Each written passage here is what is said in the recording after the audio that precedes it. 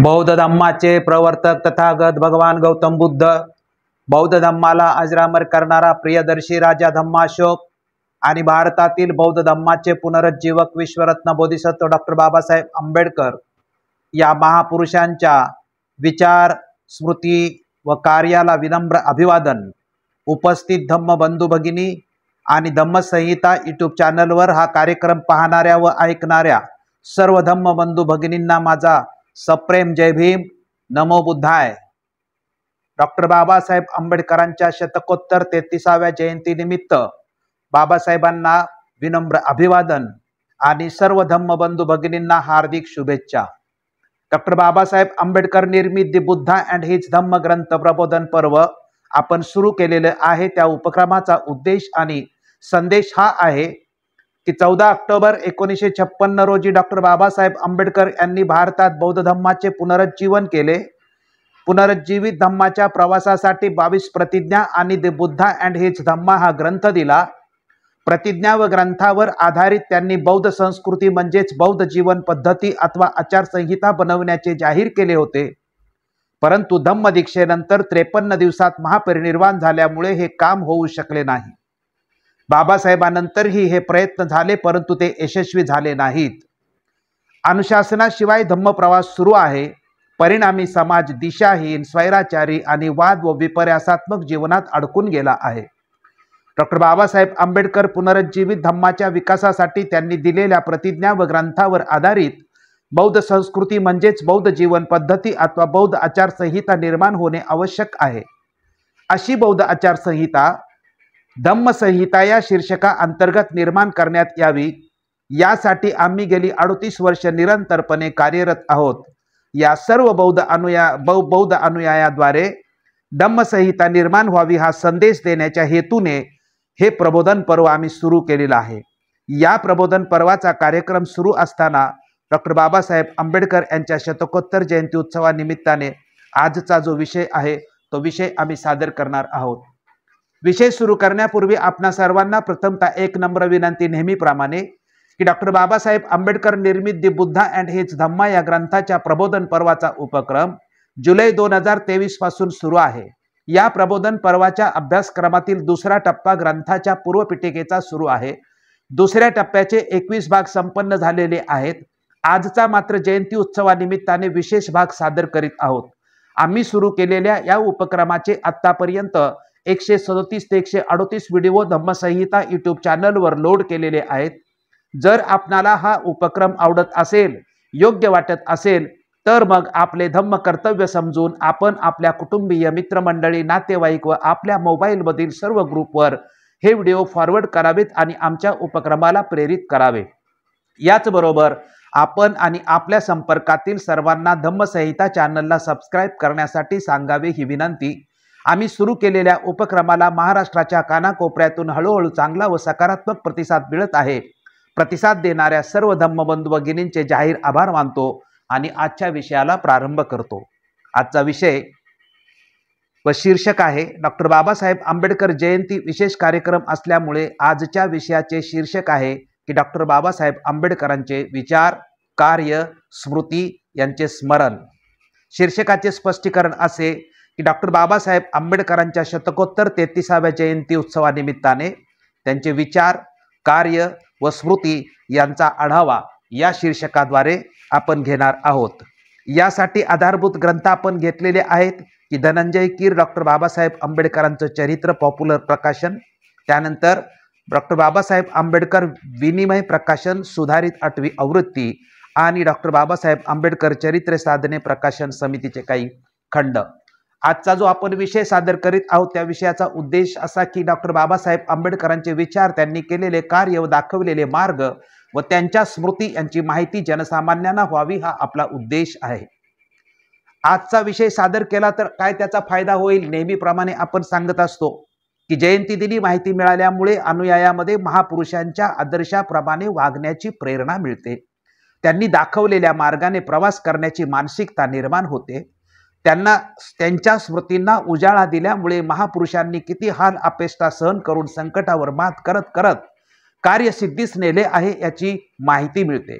त्यामुळे आपली ही सामाजिक बांधिलकी आहे आपणही समाजासाठी योगदान करायला पाहिजे अशी सकारात्मक भावना निर्माण होते। त्यासाठी आपण हा विषय सादर करत आहोत। विषयाची पार्श्वभूमी अशी की महापुरुषांच्या जयंती दिवशी त्यांच्या संपूर्ण जीवनचरित्राचा आढावा घेतला पाहिजे अशी आमची ठाम भूमिका आहे। काही लोक म्हणतात की आम्हाला जीवनचरित्राची माहिती आहे, असे असले तरी सर्वांनाच ती माहिती असते असं नाही। तसेच दरवर्षी जी नवीन पिढी समाजात उभारी घेत असते तिच्यासाठी माहिती नवीनच असते। त्यामुळे दरवर्षीच्या जयंती उत्सवात प्रबोधनाच्या माध्यमातून महापुरुषांचे संपूर्ण जीवनचरित्र लोकांसमोर मांडणे आवश्यक असते। याच विचारानुसार आम्ही डॉक्टर बाबासाहेब आंबेडकरांच्या चरित्राचा आढावा घेण्याचा प्रयत्न करणार आहोत। प्रथम आपण बाबासाहेब आंबेडकरांचं लहानपण व शिक्षण हा मुद्दा घेऊया। बाबासाहेबांचा महू, दापोली व सातारा असा सुरुवातीचा मुंबईला येण्यापूर्वीचा प्रवास होता। त्याची संक्षिप्त माहिती पुढील प्रमाणे आहे। 14 एप्रिल 1891 रोजी तत्कालीन मध्य प्रांतातील महू इंग्लिशमध्ये शब्द आहे MHOW आणि त्याचा फुल फॉर्म दिलेला आहे मिलिटरी हेडक्वार्टर्स फॉर वॉर्स, म्हणजे महू येथील लष्करी छावणीत सुभेदार रामजी मालोजी सकपाळ म्हणजे आंबडवेकर व भीमाबाई यांचे पोटी जन्म झाला। भीमराव हे 14वे अपत्य होते। सुभेदार त्यावेळी महू येथील लष्करी शाळेत शिक्षक म्हणून कार्यरत होते। भीमराव 3 वर्षाचे असताना म्हणजेच इसवी सन 1894 साली सुभेदार रामजी सकपाळ लष्करी सेवेतून निवृत्त होऊन दापोलीला स्थलांतरित झाले। काही दिवस दापोलीत राहून त्यांनी आपले बिराड साताऱ्यास हलवले। पेन्शनच्या रकमेत कुटुंबाचा खर्च भागत नसल्याने सुभेदारांनी सातारा जिल्ह्यातील गोरेगाव येथे सार्वजनिक बांधकाम खात्यात म्हणजे PWD मध्ये स्टोअर कीपरची नोकरी पत्करली। भीमरावांचे नाव सातारा येथील प्राथमिक शाळेत नोंदवण्यात आले। भीमराव 5 वर्षाचे असताना म्हणजेच डिसेंबर 1896 साली भीमाबाईचे म्हणजे त्यांच्या आईचे मस्तकशूळाने निधन झाले। 7 नोव्हेंबर 1900 रोजी भीमरावांचे नाव सातारा येथील सरकारी माध्यमिक शाळा सातारा हायस्कूल म्हणजे आजचे प्रतापसिंह हायस्कूल या शाळेत सुभेदारांनी नोंदवले। या शाळेतील भीमरावांचे ब्राह्मण शिक्षक कृष्णाजी केशव आंबेडकर या शिक्षकाने भीमरावांचे मूळ गाव आंबडवे, तालुका मंडणगड, जिल्हा रत्नागिरी मूळ गावावरून पडलेले आहे। आंबेडकर हे नाव बदलून आपले स्वतःचे आंबेडकर हे आडनाव दिले व शाळेच्या दप्तरात तशी नोंदही करून टाकली। 19 नोव्हेंबर 1904 साली भीमराव सातारा हायस्कूलमधून इंग्रजी 4थीची परीक्षा उत्तीर्ण झालेले आहेत। आता भीमरावांचं हायस्कूलचं शिक्षण हे आणि कॉलेजचं शिक्षण हे मुंबईमधल्या एल्फिस्टन हायस्कूलमध्ये झालं आणि कॉलेजचं शिक्षण सुद्धा मुंबईच्या एल्फिस्टन कॉलेजमध्ये झालेलं आहे। त्याच्याबद्दलची माहिती संक्षिप्त स्वरूपामध्ये मी तुमच्या समोर ठेवतो। भीमरावांचे हायस्कूल आणि कॉलेजचे शिक्षण एल्फिस्टन हायस्कूल व एल्फिस्टन कॉलेजमध्ये झाल्याची माहिती अशी की डिसेंबर 1904 साली मुलांना चांगले शिक्षण मिळावे म्हणून सुभेदारांनी आपले बिराड मुंबईस हलवले। मुंबई ते एल्फिस्टन रोडच्या डबक चाळीत राहावयास गेले। सुभेदारांनी प्रथम भीमरावांना मराठा हायस्कूलमध्ये दाखल केले होते, परंतु तेथील अभ्यासक्रम उच्च दर्जाचा नसल्याने भीमरावांना एल्फिस्टन हायस्कूलमध्ये दाखल केले। जानेवारी 1907 साली भीमराव मॅट्रिकची परीक्षा उत्तीर्ण झाले। अस्पृश्य समाजातील मॅट्रिक उत्तीर्ण झालेले ते पहिले विद्यार्थी होते। भीमराव मॅट्रिकची परीक्षा उत्तीर्ण झाल्याबद्दल त्यांचे अभिनंदन करण्यासाठी दादा केळुस्कर यांच्या अध्यक्षतेखाली एक सभा आयोजित करण्यात आली होती। या प्रसंगी सुभेदारांचे मित्र व भीमरावांचे मार्गदर्शक असलेले गुरुवर्य कृष्णाजी अर्जुन केळुस्कर यांनी आपले भगवान बुद्धांचे चरित्र हे पुस्तक भीमरावांना भेट दिले। त्यानंतर 3 जानेवारी 1908 रोजी भीमरावांनी एल्फिस्टन महाविद्यालयात प्रिव्हियसच्या वर्गात प्रवेश घेतला आणि एप्रिल 1908 रोजी सुभेदारांनी भीमरावांचा विवाह दापोली येथील भिक्खू धोत्रे वननकर यांची कन्या राणीबाई हिच्याशी लावून दिला। हा विवाह भायखळ्याच्या जुन्या भाजी मार्केटमध्ये बाजार बंद झाल्यानंतर रात्री 10 वाजता उरकण्यात आला। लग्नानंतर सुभेदारांनी वधूचे नाव रमाबाई असे ठेवले, म्हणजे राणीबाईचं नाव रमाबाई असं ठेवण्यात आलं आणि त्याच वर्षी 9 साली म्हणजे लग्नाच्या दुसऱ्या वर्षी भीमराव प्रिव्हियस परीक्षा 840 पैकी 282 गुण मिळवून उत्तीर्ण झालेले आहेत. म्हणजे हायस्कूलची परीक्षा भीमराव पास झाल्यानंतर आता भीमरावांचं कॉलेजचं जीवन जे आहे, कॉलेजचे शिक्षणाचा खर्च कसा करायचा हा प्रश्न रामजी बाबा समोर होता. यासाठी पुन्हा केळुस्कर गुरुजींनीच रामजी बाबांना कशा पद्धतीने मदत केली ते पहा. 1910 साली बडोद्याचे महाराज सयाजीराव मुंबईत मलबार हिल येथील जय महाल बंगल्यामध्ये मुक्कामास असता गुरुवर्य कृष्णाजी अर्जुन केळुस्कर यांनी हिंदू प्रकाश छापखान्याचे मालक दामोदर सावळाराम यंदे यांच्या मध्यस्थीने भीमरावांना महाराजांच्या भेटीस नेऊन महाविद्यालयीन शिक्षणासाठी आर्थिक मदत करावी अशी विनंती केली. महाराजांनी शिष्यवृत्ती देण्याचे आश्वासन दिले. त्याप्रमाणे 20 एप्रिल 1911 रोजी बडोद्याच्या संस्थानाने भीमरावांना दरमहा 25 रुपयांची शिष्यवृत्ती मंजूर केली आणि पदवी प्राप्त केल्यानंतर बडोदा संस्थानची नोकरी करण्याची अट घातली. नोव्हेंबर 1912 साली भीमराव एल्फिन्स्टन कॉलेजमधून मुंबई विद्यापीठाच्या BAच्या परीक्षेला अर्थशास्त्र राज्यशास्त्र विषय घेऊन बसले. जानेवारी 1913 साली भीमराव BAची परीक्षा उत्तीर्ण झाले आणि 15 जानेवारी 1913 रोजी बडोदा सरकारच्या शिष्यवृत्ती करारानुसार भीमराव बडोदा सरकारच्या मिलिटरी डिपार्टमेंटच्या अकाउंट जनरलच्या कार्यालयात प्रोबेशनर म्हणून रुजू झाले. त्यांना दरमहा 75 रुपये पगार होता. 1 फेब्रुवारी 1913 रोजी म्हणजे 15 जानेवारीला बाबासाहेब जॉईन झाले ग्रॅज्युएटची परीक्षा पास झाल्यानंतर बडोद्याला आणि 15 दिवसात म्हणजे 1 फेब्रुवारी 1913 रोजी भीमरावांचे वडील रामजी बाबा आजारी असल्याची तार भीमरावांना बडोद्यात मिळाली आणि 8 दिवसाची रजा घेऊन ते मुंबईत येण्यास निघाले. 2 फेब्रुवारी 1913 रोजी भीमराव दुपारी उशिरा मुंबईत पोहोचले. सुभेदारांनी भीमरावांना डोळे भरून पाहिले, पाठीवरून हात फिरवला आणि प्राण सोडला. म्हणजे फक्त भीमरावांची वाट पाहत होते सुभेदार. आता आपण भीमरावांचं BAचं शिक्षण झाल्यानंतर पुढचा जो मुद्दा आहे तो हा मुद्दा घेणार आहे की भीमरावांचं अमेरिकेतील जे शिक्षण उच्च शिक्षण आहे ते कशा पद्धतीने झालं आणि त्यांना कशा पद्धतीने महाराज सयाजीराव गायकवाड यांनी मदत केली, हा मुद्दा तुमच्या समोर ठेवणार आहे. धनंजय कीर यांच्या पुस्तकामध्ये लिहिलं आहे की वडिलांच्या मृत्यूमुळे भीमराव आंबेडकरांचा होता नव्हता तो आधार तुटला. पैशाचं पाठबळ नाही, आप्तांचा आधार नाही अशी परिस्थिती झाली. बडोद्यात नोकरीवर रुजू होण्यासारखी मनस्थिती नव्हती आणि त्या नोकरीतील अनुभवही काही चांगला नव्हता. अशा प्रकारे जीवन कलहाच्या तीव्र धुमाळीतून मार्ग कसा काढावा ह्या विवंचनेत असताना ते बडोदा नरेशांना मुंबईत भेटले. त्या सुमारास बडोदा सरकारने उच्च शिक्षणासाठी शिष्यवृत्ती देऊन 4 विद्यार्थी अमेरिकेत पाठवण्याचा विचार केला होता. महाराजांनी शिष्यवृत्तीसाठी भीमरावांना अर्ज करण्यास सांगितले. त्या 4 विद्यार्थ्यात त्यांनी भीमराव आंबेडकरांची निवड केली. त्याप्रमाणे भीमराव बडोद्याला गेले. तेथे उपशिक्षण मंत्र्यासमोर 4 जून 1913 रोजी त्यांनी करारपत्रावर सही केली आणि त्या करारान्वये भीमरावांनी संकल्पित विषयांचा अभ्यास अमेरिकेत करावा व नंतर 10 वर्ष बडोदे सरकारची नोकरी करावी असे ठरले. अशा प्रकारे 1913 ते 1916 या काळातील शिक्षण अमेरिकेमध्ये घेण्यासाठी भीमरावांना स्कॉलरशिप काही अटीवरती मंजूर झालेली होती.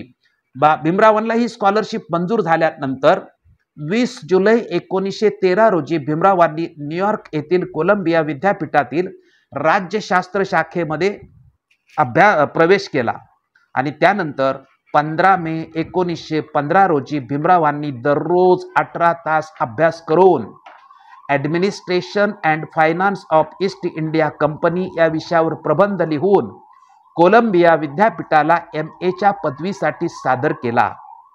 2 जून 1915 रोजी भीमरावांनी सादर केलेला शोधनिबंध कोलंबिया विद्यापीठाने स्वीकारून भीमरावांना MAची पदवी बहाल केली. त्यानंतर 9 मे 1916 रोजी भीमरावांनी caste in India their mechanism genesis and development हा शोध निबंध लिहून कोलंबिया विद्यापीठाचे प्राध्यापक डॉक्टर A गोल्डनवेअर यांनी आयोजित केलेल्या परिसंवादात मानववंशशास्त्राच्या विद्यार्थ्यासमोर वाचला. मे 1916 साली भीमराव न्यूयॉर्कहून लंडनला म्हणजे मे 1916 पर्यंत म्हणजे भीमराव जुलै 1913 ते मे 1916 या कालखंडामध्ये भीमरावांनी आपलं MA आणि PhDचा अभ्यासक्रम पूर्ण केला आणि त्यानंतर मे 1916ला त्यांनी भारतात पुन्हा आले नाहीत, तर अमेरिकेतून ते सरळ लंडनला पुढील शिक्षणासाठी लंडनला प्रयाण करतात. त्याबद्दल म्हटलेलं आहे की मे 1916 साली भीमराव न्यूयॉर्कहून लंडनला जाणाऱ्या बोटीत बसले व 20 जून 1916 रोजी लंडनला पोहोचले. जून 1916 साली भीमरावांनी PhDच्या पदवीसाठी the national dividend of India a historical and analytical study या नावाचा प्रबंध कोलंबिया विद्यापीठाला सादर केला व तो विद्यापीठाने स्वीकारला. लंडनला पोहोचल्यानंतर 11 ऑक्टोबर 1916 रोजी London school of economics and political science या संस्थेत अर्थशास्त्राच्या मास्टर ऑफ सायन्स आणि डॉक्टर ऑफ सायन्स या पदव्यांसाठी प्रवेश घेतला. 11 नोव्हेंबर 1916 रोजी लंडनमधील ग्रेज इन या संस्थेत बॅरिस्टरीचा अभ्यासक्रम करण्याच्या हेतूने भीमरावांनी आपले नाव दाखल केले. 12 डिसेंबर 1916 रोजी भीमराव व रमाबाई या दाम्पत्याला पुत्र झाला. म्हणजे 12/12/1916 रोजी BIT चाळ रूम नंबर 50 परळ मुंबई येथे त्याचे नाव जे आहे ते यशवंत ठेवले. पुढे ते त्यांना भैयासाहेब म्हणून सर्वजण ओळखू लागले. 18 डिसेंबर 1916 लंडन विद्यापीठाच्या सिनेटने भीमरावांच्या अर्जावर चर्चा करून भीमरावांना सरळ MScच्या पदवी परीक्षेला बसण्याची परवानगी देणारा ठराव संमत केला आणि मे 1917 मध्ये भीमरावांचा caste in India their mechanism genesis and development हा शोध निबंध इंडियन अँटिक्वेरीच्या अंकात प्रसिद्ध सुद्धा झाला. 21 ऑगस्ट 1917 रोजी बडोदा सरकारच्या शिष्यवृत्तीची मुदत संपल्याने भीमरावांना आपला अभ्यासक्रम अर्धवट सोडून भारतात परतावे लागले आणि 31 ऑगस्ट 1917 रोजी भीमराव महाराज सयाजीराव यांना बडोद्यामध्ये भेटले. म्हणजे 1917 साली भीमराव आंबेडकर हे आपले अमेरिकेमधलं शिक्षण जे आहे मुंबईत यावे लागले. मुंबईत आल्यानंतर भीमराव बडोद्याला गेले आणि महाराजांना भेटले आणि त्यानंतर त्यांनी कराराप्रमाणे नोकरीवरती ते बडोद्यामध्ये जाऊन रुजू झाले. आपणा सर्वांना हा प्रसंग माहिती आहे की doctor Babasaheb Ambedkar MA PhD होऊन ज्यावेळेस आले आणि 1917 साली बडोद्यामध्ये कामावरती रुजू झाल्यानंतर त्यांना त्या ठिकाणी राहण्याची सोय होऊ शकलेली नाही आणि जिथे राहिले होते तिथल्या पारशीच्या एका लॉजमध्ये त्या पारशाला सुद्धा समजल्यानंतर बाबासाहेब आंबेडकरला त्यांनी रूमच्या बाहेर काढले होते आणि बाबासाहेब अतिशय दुःखी कष्टे होऊन परत मुंबईला आले होते. त्यामुळे बाबासाहेब आंबेडकर हे दुसऱ्यांदा नोकरीवर रुजू झाले होते. म्हणजे एकदा BAची परीक्षा पास झाली डॉक्टर बाबासाहेब आंबेडकर आणि करारानुसार गेले आणि जॉईन झाले. जॉईन होऊन 15 दिवस होतात न होतात तोच त्यांना रामजी बाबा सिरियस असल्याची तार येते आणि तार आल्यानंतर ते पुन्हा मुंबईला येतात आणि त्यानंतर मात्र ते परत न जाता महाराज सयाजीराव गायकवाडांना भेटतात आणि उच्च शिक्षणाची स्कॉलरशिप महाराज सयाजीराव गायकवाडांकडून सँक्शन करून घेतात आणि त्या स्कॉलरशिपच्या आधारे ते अमेरिकेला जातात आणि अमेरिकेचं शिक्षण पूर्ण करतात. आता बाबासाहेब आंबेडकर बडोद्यावरून नोकरी सोडून मुंबईला आलेले आहेत कारण तिथं राहण्याची सोय नसल्यामुळे. मग नोकरी सोडून मुंबईला आल्यानंतर डॉक्टर बाबासाहेब आंबेडकरांनी काय पुढे केलं तर नोकरी सोडून आल्यानंतर डॉक्टर बाबासाहेब आंबेडकरांनी आपला सार्वजनिक जीवनातलाच कार्यक्रम पुढे सुरू केला. दुसरी नोकरी किंवा अशा पद्धतीचा काही कार्यक्रम न करता 1917 ते 1920 या कालखंडामध्ये काय बाबासाहेब आंबेडकरांनी केलं असेल तर या काळात त्यांच्या सार्वजनिक जीवनाला प्रारंभ झाला होता. या 3 वर्षाच्या काळात 5 प्रमुख गोष्टी आहेत. म्हणजे त्यांच्या सार्वजनिक जीवनातली सर्वात प्रमुख पहिली गोष्ट कोणती असेल तर ती साऊथ ब्युरो समितीसमोर त्यांची साक्ष झाली. याच काळात त्यांनी मूकनायक सुरू केलं. त्यानंतर सिडनॅम कॉलेजमध्ये त्यांना नोकरी मिळाली होती पण तिचाही त्यांनी राजीनामा दिला आणि त्यांच्या आयुष्यात घडलेली घटना म्हणजे माणगाव कोल्हापूरची जी परिषद आहे आणि नागपूरची परिषद आहे. म्हणजे 1917 ते 20 असं मी का म्हणतोय तर 1917 ते 20 या कालखंडामध्ये बाबासाहेब आंबेडकरांनी मुंबईमध्ये त्यांचं कार्य सुरू केलं आणि 20ला पुन्हा ते लंडनला अर्धवट शिक्षण राहिलं होतं त्यासाठी ते पुन्हा गेले होते। त्यामुळे 1917 ते 20 हा जो कालखंड आहे हा सार्वजनिक जीवनातला कालखंड आहे। आता साऊथ ब्युरो समितीची पहिली साक्ष बाबासाहेब आंबेडकरांची सार्वजनिक जीवनामध्ये 27 जानेवारी 1919 रोजी डॉक्टर बाबासाहेब आंबेडकरांनी ब्रिटिश सरकारने मताधिकाराची चौकशी करण्यासाठी नेमलेल्या साऊथ ब्युरो समितीपुढे अस्पृश्यांच्या वतीने मुंबईत साक्ष दिली। तसेच या समितीला आपले स्वतंत्र निवेदन सादर करून अस्पृश्यांच्या 9 जागा देण्याची मागणी केलेली होती। त्यानंतर 31 जानेवारी 1920 रोजी अस्पृश्य समाजामध्ये जागृती करण्यासाठी तसेच अस्पृश्यांची बाजू देशासमोर आणि सरकारसमोर मांडण्यासाठी डॉक्टर आंबेडकरांनी मूक नायक हे पत्र सुरू केले। सिडनॅम कॉलेज येथील प्राध्यापकाची परीक्षा सरकारी नोकरी त्यावेळेस होती। त्यांना अधिकृतपणे संपादक राहता आले नाही कारण ती सरकारी नोकरी होते। त्यामुळे त्यांनी पांडुरंग नंदराम भटकर यांना मूक नायकचे संपादक केले होते। त्यानंतर डॉक्टर आंबेडकरांनी मूक नायकाच्या संपादकपदी भटकरांच्या जागी ज्ञानदेव ध्रुवनाथ घोलप यांची नेमणूक केली होती। 15 मार्च 1920 रोजी भीमरावांनी सिडनॅम कॉलेजातील प्राध्यापक पदाचा सुद्धा राजीनामा दिला व 20 मार्च 1920 रोजी त्यांना सेवामुक्तही करण्यात आले होते। 21 आणि 22 मार्च 1920 ही बाबासाहेब आंबेडकरांच्या जीवनातील अतिशय महत्त्वाचा प्रसंग आहे, कारण कोल्हापूर संस्थानातील माणगाव येथे दक्षिण महाराष्ट्रातील बहिष्कृत वर्गाची परिषद म्हणजे पहिली बैठक डॉक्टर आंबेडकरांच्या अध्यक्षतेखाली भरली। या परिषदेला दुसऱ्या दिवशी छत्रपती शाहू महाराज या जातीने हजर राहिले व त्यांनी द्रष्टेपणाने भाकीत केले होते की डॉक्टर आंबेडकर हे तुमचा उद्धार केल्याशिवाय कधी राहणार नाहीत। इतकेच नव्हे तर अशी एक वेळ येईल की ते सर्व हिंदुस्थानचे पुढारी होतील। 30 मे ते 1 जून या कालखंडामध्ये नागपूर येथे परिषद भरलेली होती। ती सुद्धा राजर्षी शाहू महाराज यांच्या अध्यक्षतेखाली परिषद भरलेली होती। नागपूर येथे भारतीय बहिष्कृत परिषदेचे अधिवेशन छत्रपती शाहू महाराजांच्या अध्यक्षतेखाली भरले। या परिषदेला डॉक्टर आंबेडकरांना निमंत्रित करण्यात आलेले होते। विठ्ठल रामजी शिंदे यांनी डिप्रेस्ड क्लासेस मिशनच्या वतीने अस्पृश्यांच्या प्रतिनिधींच्या नेमणुकीसंबंधी सरकारला दिलेले निवेदन अस्पृश्यांच्या हिताला बाधक असल्याचे सांगून डॉक्टर आंबेडकरांनी शिंदेंच्या धोरणाचा विरोध करून तसा ठराव परिषदेत संमत करून घेतला होता। या सर्व घटनांच्या नंतर बाबासाहेब उर्वरित शिक्षण घेण्यासाठी लंडनला निघून गेले। म्हणजे 1917 ते 1920 या कालखंडामध्ये बाबासाहेब आंबेडकरांनी हे कार्य केलं आणि हे कार्य इथंच थांबवून बाबासाहेब आंबेडकर 1920 साली म्हणजे 5 जुलै 1920 रोजी डॉक्टर आंबेडकर आपला उर्वरित अभ्यासक्रम पूर्ण करण्यासाठी सिटी ऑफ एक्झिटर या बोटीने लंडनला रवाना झाले।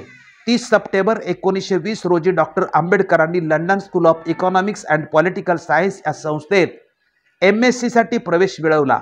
तसेच ग्रेजिन या संस्थेत नाव दाखल करून त्यांनी बॅरिस्टरीचाही अभ्यास सुरू केला। पण 20 जून 1921 रोजी provincial decentralization of imperial finance in British India या प्रबंधावर डॉक्टर आंबेडकरांना लंडन विद्यापीठाने MSc ही पदवी बहाल केली आणि जानेवारी व मार्च 1922 रोजी डॉक्टर ऑफ सायन्सच्या पदवीकरता द प्रॉब्लेम ऑफ रुपी हा प्रबंध लंडन विद्यापीठाला त्यांनी सादर केला। एप्रिल आणि मे 1922 रोजी डॉक्टर आंबेडकर यांना अर्थशास्त्रावर एखादी डॉक्टरेट करावी या हेतूने त्यांनी जर्मनीतील बॉन विद्यापीठामध्ये प्रवेश केला। म्हणजे ते जर्मनीला गेले। प्रबंध जर्मन भाषेत सादर करावयाचा असल्याने त्यांनी जर्मन व फ्रेंच भाषा शिकण्यासाठी अभ्यास सुरू केला। पण हा अभ्यास सुरू केला तेवढ्यात त्यांचे शिक्षक एडविन कॅन यांचे एक पत्र आले की आपला DSc साठी सादर केलेला प्रबंध स्वीकारण्यास समितीचे सभासद नसल्याने आपण ताबडतोब लंडनला निघून या।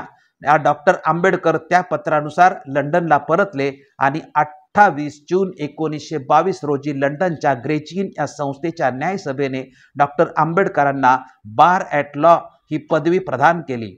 3 एप्रिल 1923 रोजी डॉक्टर आंबेडकर परदेशातील संपूर्ण उच्च शिक्षण संपवून भारतात परतले आणि 25 जून 1923 रोजी डॉक्टर आंबेडकरांनी वकिलीची सनद मिळावी म्हणून उच्च न्यायालयामध्ये अर्ज केला। म्हणजे 3 एप्रिल 1923 साली डॉक्टर बाबासाहेब आंबेडकर हे भारतात आपलं लंडनमधलं शिक्षण MSc, DSc आणि बॅरिस्टरी या 3 डिग्र्या बाबासाहेब आंबेडकर हे लंडनला गेल्यानंतर घेतात। त्यानंतर म्हणजे अमेरिकेमध्ये बाबासाहेब आंबेडकरांनी MA आणि PhD या 2 डिग्र्या घेतल्या 1913 ते 16 या कालखंडामध्ये, आणि 1920 ते 1923 या कालखंडामध्ये डॉक्टर बाबासाहेब आंबेडकरांनी MSc ची डिग्री घेतली, त्यानंतर DSc ची डिग्री घेतली आणि त्यानंतर बॅरिस्टरीची ही पदवी संपादन केली। आणि बॅरिस्टरीची पदवी संपादन केल्यानंतर डॉक्टर बाबासाहेब आंबेडकर 1923 साली हे भारतात म्हणजे मुंबईला येतात। म्हणजे MA, PhD, MSc, DSc, bar at law ह्या 5 पदव्या बाबासाहेब आंबेडकरांच्या आहेत। त्यानंतर बाबासाहेब आंबेडकरांना 2 पदव्या सन्माननीय मिळालेल्या आहेत। त्यातली एक पदवी 5 जून 1952 रोजी बाबासाहेब आंबेडकरांनी या देशाचं जे संविधान लिहिलं, हे संविधान टेक्निकली जरी भारताचं असलं तरी हा मानवी हक्काचा जाहीरनामा आहे अशा पद्धतीने संबोधून हे अतिशय सुंदर मानवी हक्काचा जाहीरनामा किंवा मानवी कल्याणाच्या तत्वज्ञानाचा एक दस्तऐवज लिहिलेला आहे। याचा गौरव करण्यासाठी कोलंबिया विश्वविद्यापीठाने डॉक्टर बाबासाहेब आंबेडकरांचा 5 जून 1952 रोजी गौरव केला आणि त्यांना डॉक्टर ऑफ लॉ म्हणजे LLD ही पदवी, सन्मान्य पदवी त्यांना बहाल केलेली आहे। त्यानंतर जानेवारी 1953 मध्ये उस्मानिया विद्यापीठाने डॉक्टर बाबासाहेब आंबेडकरांना डिलीट ही पदवी दिलेली आहे आणि त्या माध्यमातून बाबासाहेब आंबेडकरांना ही पदवी बहाल गौरव केलेला आहे। म्हणजे बाबासाहेब आंबेडकरांचं शिक्षण किती झालं किंवा बाबासाहेब आंबेडकरांच्या एकूण डिग्र्या किती आहेत, सर्व विद्यार्थ्यांना आणि सर्वांना बाबासाहेब आंबेडकरांच्या कमीत कमी डिग्र्या माहीत असल्या पाहिजेत आणि न अडकळता ह्या डिग्र्या बाबासाहेब आंबेडकरांच्या सांगितल्या पाहिजेत। एल्फिन्स्टन कॉलेजमधून बाबासाहेब आंबेडकर BA ची डिग्री घेतल्यानंतर म्हणजे पहिली डिग्री बाबासाहेबांची कुठली आहे तर BA नंतर MA, PhD, त्यानंतर MSc, DSc, bar at law, त्यानंतर LLD आणि डिलीट या बाबासाहेब आंबेडकरांच्या जगातल्या उच्च मानांकित पदव्या बाबासाहेब आंबेडकर घेतात आणि भारतात येतात। आता एवढं उच्च शिक्षण घेतलेल्या महापुरुषांनी आपलं जे जीवन आहे हे जीवन नेमकं कशासाठी समर्पित केलेलं आहे तर आपणा सर्वांना माहीतच आहे की बाबासाहेब आंबेडकर मुंबईला येतात। जूनच्या शेवटी बाबासाहेब आंबेडकर इंग्लंडवरून आले होते, 1 महिना झाला होता। त्याच वेळी म्हणजे 4 ऑगस्ट 1923 रोजी राव बहादूर CK बोले यांनी अस्पृश्यांना सरकारी व सार्वजनिक पानवटे, धर्मशाळा, विद्यालय, न्यायालये या सर्व ठिकाणी मुक्तदार असावे असा क्रांतिकारक ठराव मुंबई विधिमंडळामध्ये मांडला व तो पास झालेला होता। याच महिन्यामध्ये म्हणजेच ऑगस्ट 1923 मध्ये बोले ठराव अंमलात आणण्यासाठी सुद्धा सरकारने पत्रक काढलेलं होतं। म्हणजे सार्वजनिक पानवठे किंवा सर्वत्र जे असेल तिथे सर्वांना प्रवेश असावा असा ठराव ऑलरेडी विधिमंडळात पास झाला। या पार्श्वभूमीवरती 9 मार्च 1924 रोजी अस्पृश्य वर्गांच्या अडचणी सरकारपुढे मांडण्यासाठी एक मध्यवर्ती मंडळ असावे याविषयी डॉक्टर आंबेडकरांच्या अध्यक्षतेखाली दामोदर हॉल परळ येथे विचार विनिमय झाला व अशी संस्था स्थापन करण्याचा ठराव संमत करण्यात आला आणि 20 जुलै 1924 रोजी दामोदर हॉल परळ येथे डॉक्टर बाबासाहेब आंबेडकरांच्या अध्यक्षतेखाली सभा घेऊन बहिष्कृत हितकारणी सभा या संस्थेची 9 मार्च 1924 च्या ठरावानुसार स्थापना झाली। या सभेचे अध्यक्ष सर चिमनलाल हरिलाल सेटलवाड होते आणि कार्यकारी मंडळाचे अध्यक्ष डॉक्टर बाबासाहेब आंबेडकर आणि कार्यवाह सीताराम नामदेव शिवतरकर होते।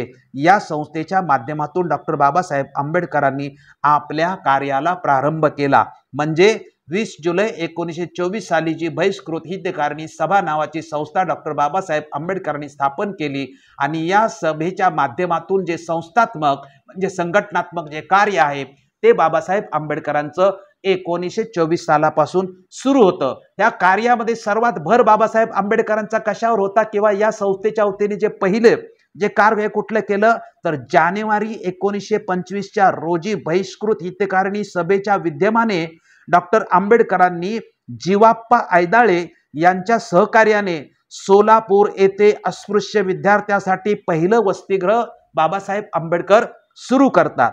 त्यानंतर 10-11 एप्रिल 1925 साली निपाणी जिल्हा बेळगाव येथे बहिष्कृत हितकारणी सभेच्या विद्यमाने मुंबई इलाका प्रांतिक परिषदेच्या 3ऱ्या अधिवेशनात डॉक्टर आंबेडकरांनी अध्यक्षीय भाषणात भारतात प्राप्त परिस्थितीत राजकीय सुधारणा ऐवजी सामाजिक सुधारणांना प्राधान्य देण्याच्या आवश्यकतेवरती भर ठेवलेला होता।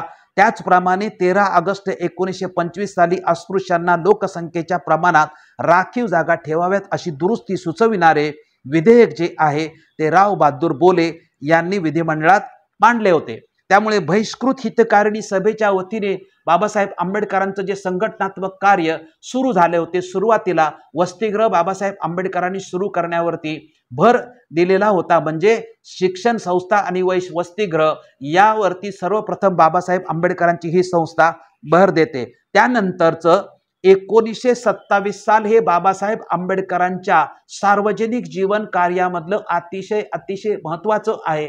किंबहुना जागतिक स्तरावरचं कार्य बाबासाहेब आंबेडकरांचा जो पुढचा जो कार्याचा भाग आहे तो इथून मोठ्या प्रमाणामध्ये सुरू होताना आपण दिसतं। 1927 साली काय काय घडलेलं आहे तर 1927 साली भीमा कोरेगावला मानवंदनाचा एक प्रसंग बाबासाहेब आंबेडकरांचा आहे। त्यानंतर बाबासाहेब आंबेडकरांचा 1927 लाच विधिमंडळात शपथविधी सुद्धा झालेला आहे आणि त्या चौदार तळे सत्याग्रह झालेला आहे। बहिष्कृत भारत पाक्षिक बाबासाहेब सुरू करतात, समाज समता संघ सुरू करतात आणि मनुस्मृती धन म्हणजे हे जे 6 मुख्य मुद्दे आहेत बाबासाहेब आंबेडकरांच्या 1927 साली या बाबासाहेब आंबेडकरांच्या गोष्टी सुरू झालेल्या आहेत। त्याची थोडक्यामध्ये माहिती अशी की जानेवारी 1927 पुण्याजवळील भीमा कोरेगाव विजय स्तंभावर डॉक्टर आंबेडकरांच्या अध्यक्षतेखाली सभा भरली। तेव्हा डॉक्टर आंबेडकर म्हणाले, ज्या महार जातीच्या शेकडो सैनिकांनी अनेक लढ्यात ब्रिटिश सरकारला यश मिळवून दिले त्या महार जातीतील तरुणांना सैन्यात प्रवेश नाकारून सरकारने महार जातीचा विश्वासघात केलेला आहे।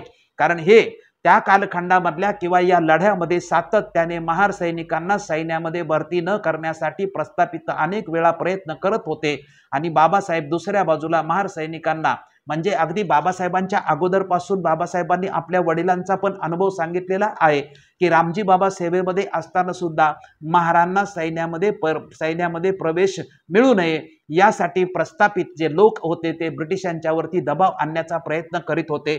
तशाच पद्धतीने बाबासाहेबांच्या काळामध्ये ही घटना सातत्याने घडतच होते आणि महार सैनिक आहेत त्या महार सैनिकांमधले प्रमुख लोक आहेत की सातत्याने त्याच्या विरुद्ध ब्रिटिश सरकारकडे दाद मागण्याचा प्रयत्न करत होते। 1927 साली डॉक्टर बाबासाहेब आंबेडकरांची व पी.जी. सोळंकी यांचा मुंबई विधिमंडळाचे सदस्य म्हणून शपथविधी झाला। बाबासाहेब आंबेडकर हे विधिमंडळाचे मुंबईच्या सदस्य झाल्यानंतर जे अतिशय महत्त्वाचं बाबासाहेब आंबेडकरांच्या कालखंडामध्ये काम झालं होतं ते एक नंबरचं जे होतं ते महार वतनाचं जे काम होतं ते या कालखंडात बाबासाहेब आंबेडकरांनी विधिमंडळासमोर ठेवलेलं होतं आणि ते पास करून बिल घेतलेलं होतं। चौदार तळ्याचा जो सत्याग्रह आहे हा 1927 सालातला अतिशय मोठा सत्याग्रह आहे। याला बाबासाहेब आंबेडकरांनी धर्मसंगर असं सुद्धा म्हटलेलं आहे। याची माहिती अशी की 5 ऑगस्ट 1926 साली मुंबई विधिमंडळाने संमत केलेल्या बोले ठरावाची 4 ऑगस्ट 1923 ची अंमलबजावणी न करणाऱ्या नगर संस्था, जिल्हा परिषदा, लोकल बोर्ड यांचे अनुदान बंद करण्याचा तरतूद असलेला सुधारित ठराव बोले यांनी मांडला होता आणि तो पास झाला होता। म्हणजे जे लोक जी नगर किंवा संस्था किंवा जिल्हा परिषद किंवा लोकल बोर्ड अंमलबजावणी करणार नाही अशांचं अनुदान बंद करण्याचा सरकारने निर्णय घेतला होता।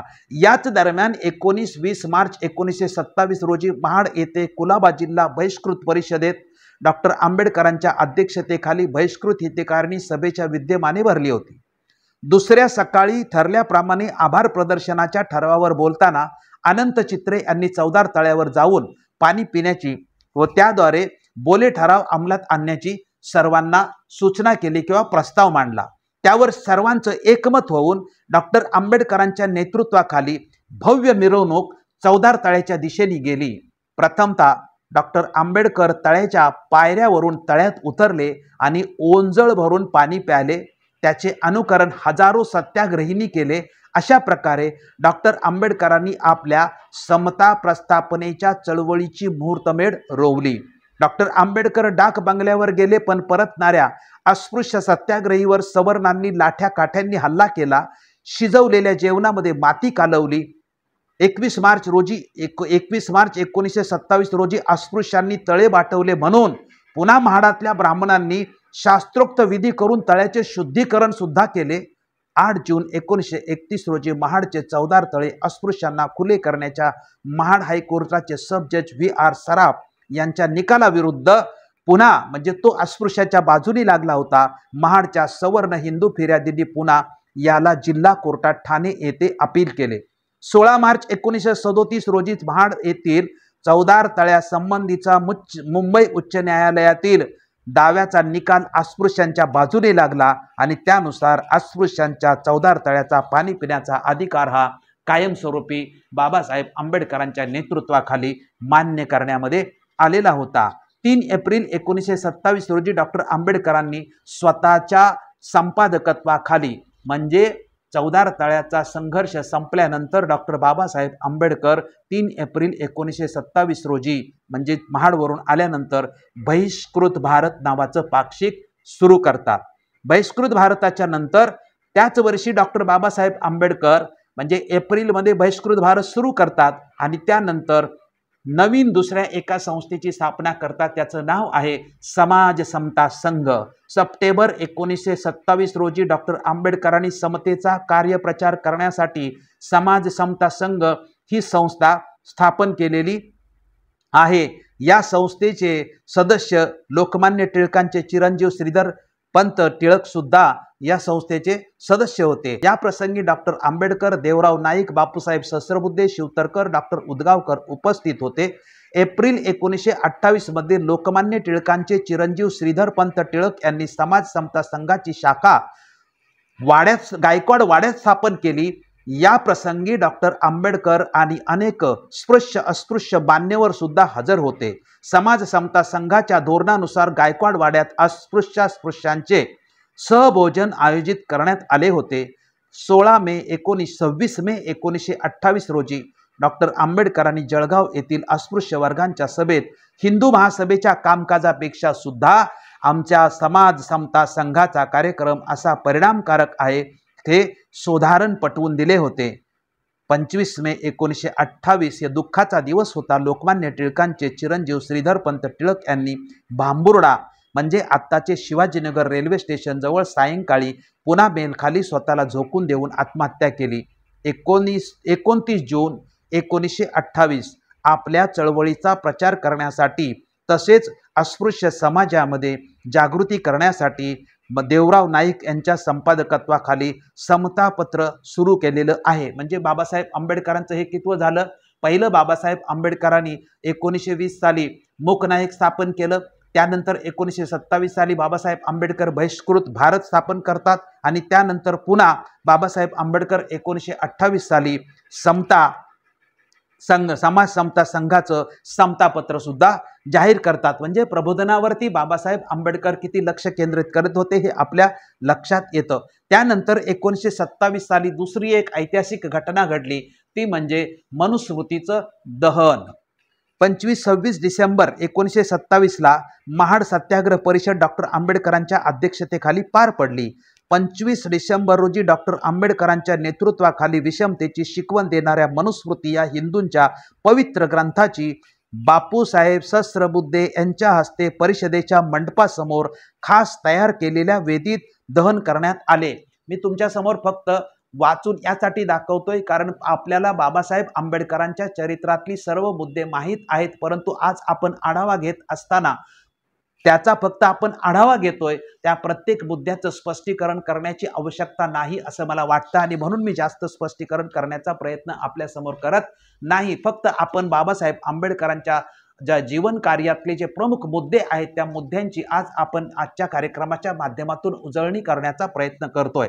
1957 हे 1927 हे ऐतिहासिक वर्ष बाबासाहेब आंबेडकरांच्या सार्वजनिक जीवनातलं होतं, त्याचे प्रसंग आपण पाहिले। आता 1928 बाबासाहेब आंबेडकरांनी 27 सालापर्यंत बहिष्कृत हितकारिणी सभेच्या माध्यमातून जे काम केलं किंवा सार्वजनिक कार्यक्रम केले, पण बाबासाहेब आंबेडकरांनी 1928 साली मात्र बहिष्कृत हितकारिणी सभा विसर्जित करून आंबेडकरांनी भारतीय बहिष्कृत समाज शिक्षण प्रसारक मंडळ आणि भारतीय समाज शिक्षण प्रसारक मंडळ या संस्था स्थापन केल्या आणि त्याद्वारे पुन्हा आपलं कार्य सुरू केलेलं आहे। त्यानंतर 1927च्या कालखंडामध्ये याच काळामध्ये महाराष्ट्रामध्ये आणि अनेक भागामध्ये मंदिर प्रवेशाच्या चळवळ सुरू होती। बाबासाहेब आंबेडकरांनी या मंदिर प्रवेशाच्या चळवळीला पाठिंबाही दिला आणि स्वतःही मंदिर प्रवेशाच्या चळवळीमध्ये सहभाग घेतला किंवा काळारामची सुरुवात सुद्धा केली। 2-3 प्रसंग बाबासाहेब आंबेडकरांचे या संदर्भामधले आपण या ठिकाणी आपल्या पाहूया। 12 नोव्हेंबर 1927 रोजी डॉक्टर आंबेडकरांचे ज्येष्ठ बंधू बाळाराम यांचे मुंबईत हृदयविकाराने निधन झालं, हा प्रसंग आहे। आणि त्यावेळी बाबासाहेब आंबेडकर कुठे होते, तर त्यावेळी डॉक्टर बाबासाहेब आंबेडकर हे अमरावती येथे अंबादेवी मंदिर प्रवेश सत्याग्रहाला पाठिंबा देण्यासाठी ते अमरावतीला बाबासाहेब आंबेडकर गेलेले होते। त्यानंतर 13 ऑक्टोबर 1929ला पुण्यात पर्वतीवरील मंदिर प्रवेशाचा सत्याग्रह सुरू झाला होता। सत्याग्रह समितीचे अध्यक्ष शिवराम जानबा कांबळे आणि सेक्रेटरी पाना राजभोज होते। याला 16 ऑक्टोबर 1929 रोजी डॉक्टर आंबेडकरांनी दामोदरहार परळ येथे सभा घेऊन पर्वती सत्याग्रहाला आपला पाठिंबा असल्याचं त्यांनी जाहीर केलं होतं। त्यानंतर ऐतिहासिक जो 2 मार्च 1930 रोजी नाशिक येथे डॉक्टर आंबेडकरांच्या अध्यक्षतेखाली परिषद होऊन नाशिक येथील काळाराम मंदिर प्रवेशासाठी सत्याग्रह करण्याचे ठरवण्यात आले। सायंकाळी सभा होऊन दुसऱ्या दिवसापासून मंदिर प्रवेश मिळेपर्यंत सत्याग्रह करण्याचे ठरवण्यात येऊन सत्याग्रह सुरू करण्यात आला। हा सत्याग्रह भाऊराव गायकवाड आणि अमृतराव रणखांबे यांनी नेटाने 12 ऑक्टोबर 1935 सालापर्यंत चालवलेला होता। म्हणजे 30 ते 35 5 वर्षाचा हा कालखंड होता। 1930 साली घडलेली काय घटना होती, तर 9 एप्रिल 1930 रोजी या संघर्षाच्या काळामध्ये काळाराम मंदिर सत्याग्रहादरम्यान सवर्ण व सत्याग्रही यांच्यात एक समझोता झाला। काय समझोता झाला, तर रामनवमीला म्हणजे 9 एप्रिल 1930 रोजी रामाचा रथ अस्पृश्यांनी एकत्रितपणे ओढायचा। डॉक्टर आंबेडकर सुद्धा आपल्या सहकार्यासह हजर होते, पण अस्पृश्यांनी रथाला हात लावण्यापूर्वीच पूर्वनियोजित कटानुसार स्पृश्य हिंदूंनी तो रथ दुसरीकडून पळवला। डॉक्टर आंबेडकर व त्यांच्या सहकार्यावर दगडफेक सुरू झाली। खुद्द डॉक्टर आंबेडकर, भार कदरेकर, पाना राजभोज व अनेक सत्याग्रही जखमी झाले होते।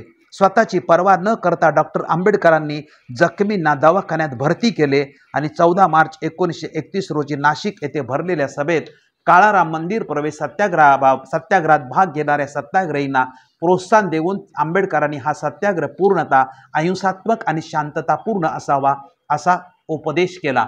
अशा पद्धतीने डॉक्टर बाबासाहेब आंबेडकरांची ही मंदिर प्रवेशाची चळवळ सुद्धा या कालखंडामध्ये सुरू होती। म्हणजे डॉक्टर बाबासाहेब आंबेडकरांचा चौदार तळ्याचा सत्याग्रह असेल किंवा मंदिर प्रवेशाची जी चळवळ असेल, तर बाबासाहेब आंबेडकरांनी याचं स्पष्टीकरण सुद्धा देताना म्हटलेलं आहे। आपल्या सर्वांना ते माहीत आहे की चौदार तळ्याचं पाणी पिलं पाहिजे किंवा मंदिरात प्रवेश केल्यामुळे आमचा उद्धार होणार आहे अशातला काही प्रकार नाही, परंतु माणसाला माणसाप्रमाणे या देशामध्ये वागणूक मिळत नाही।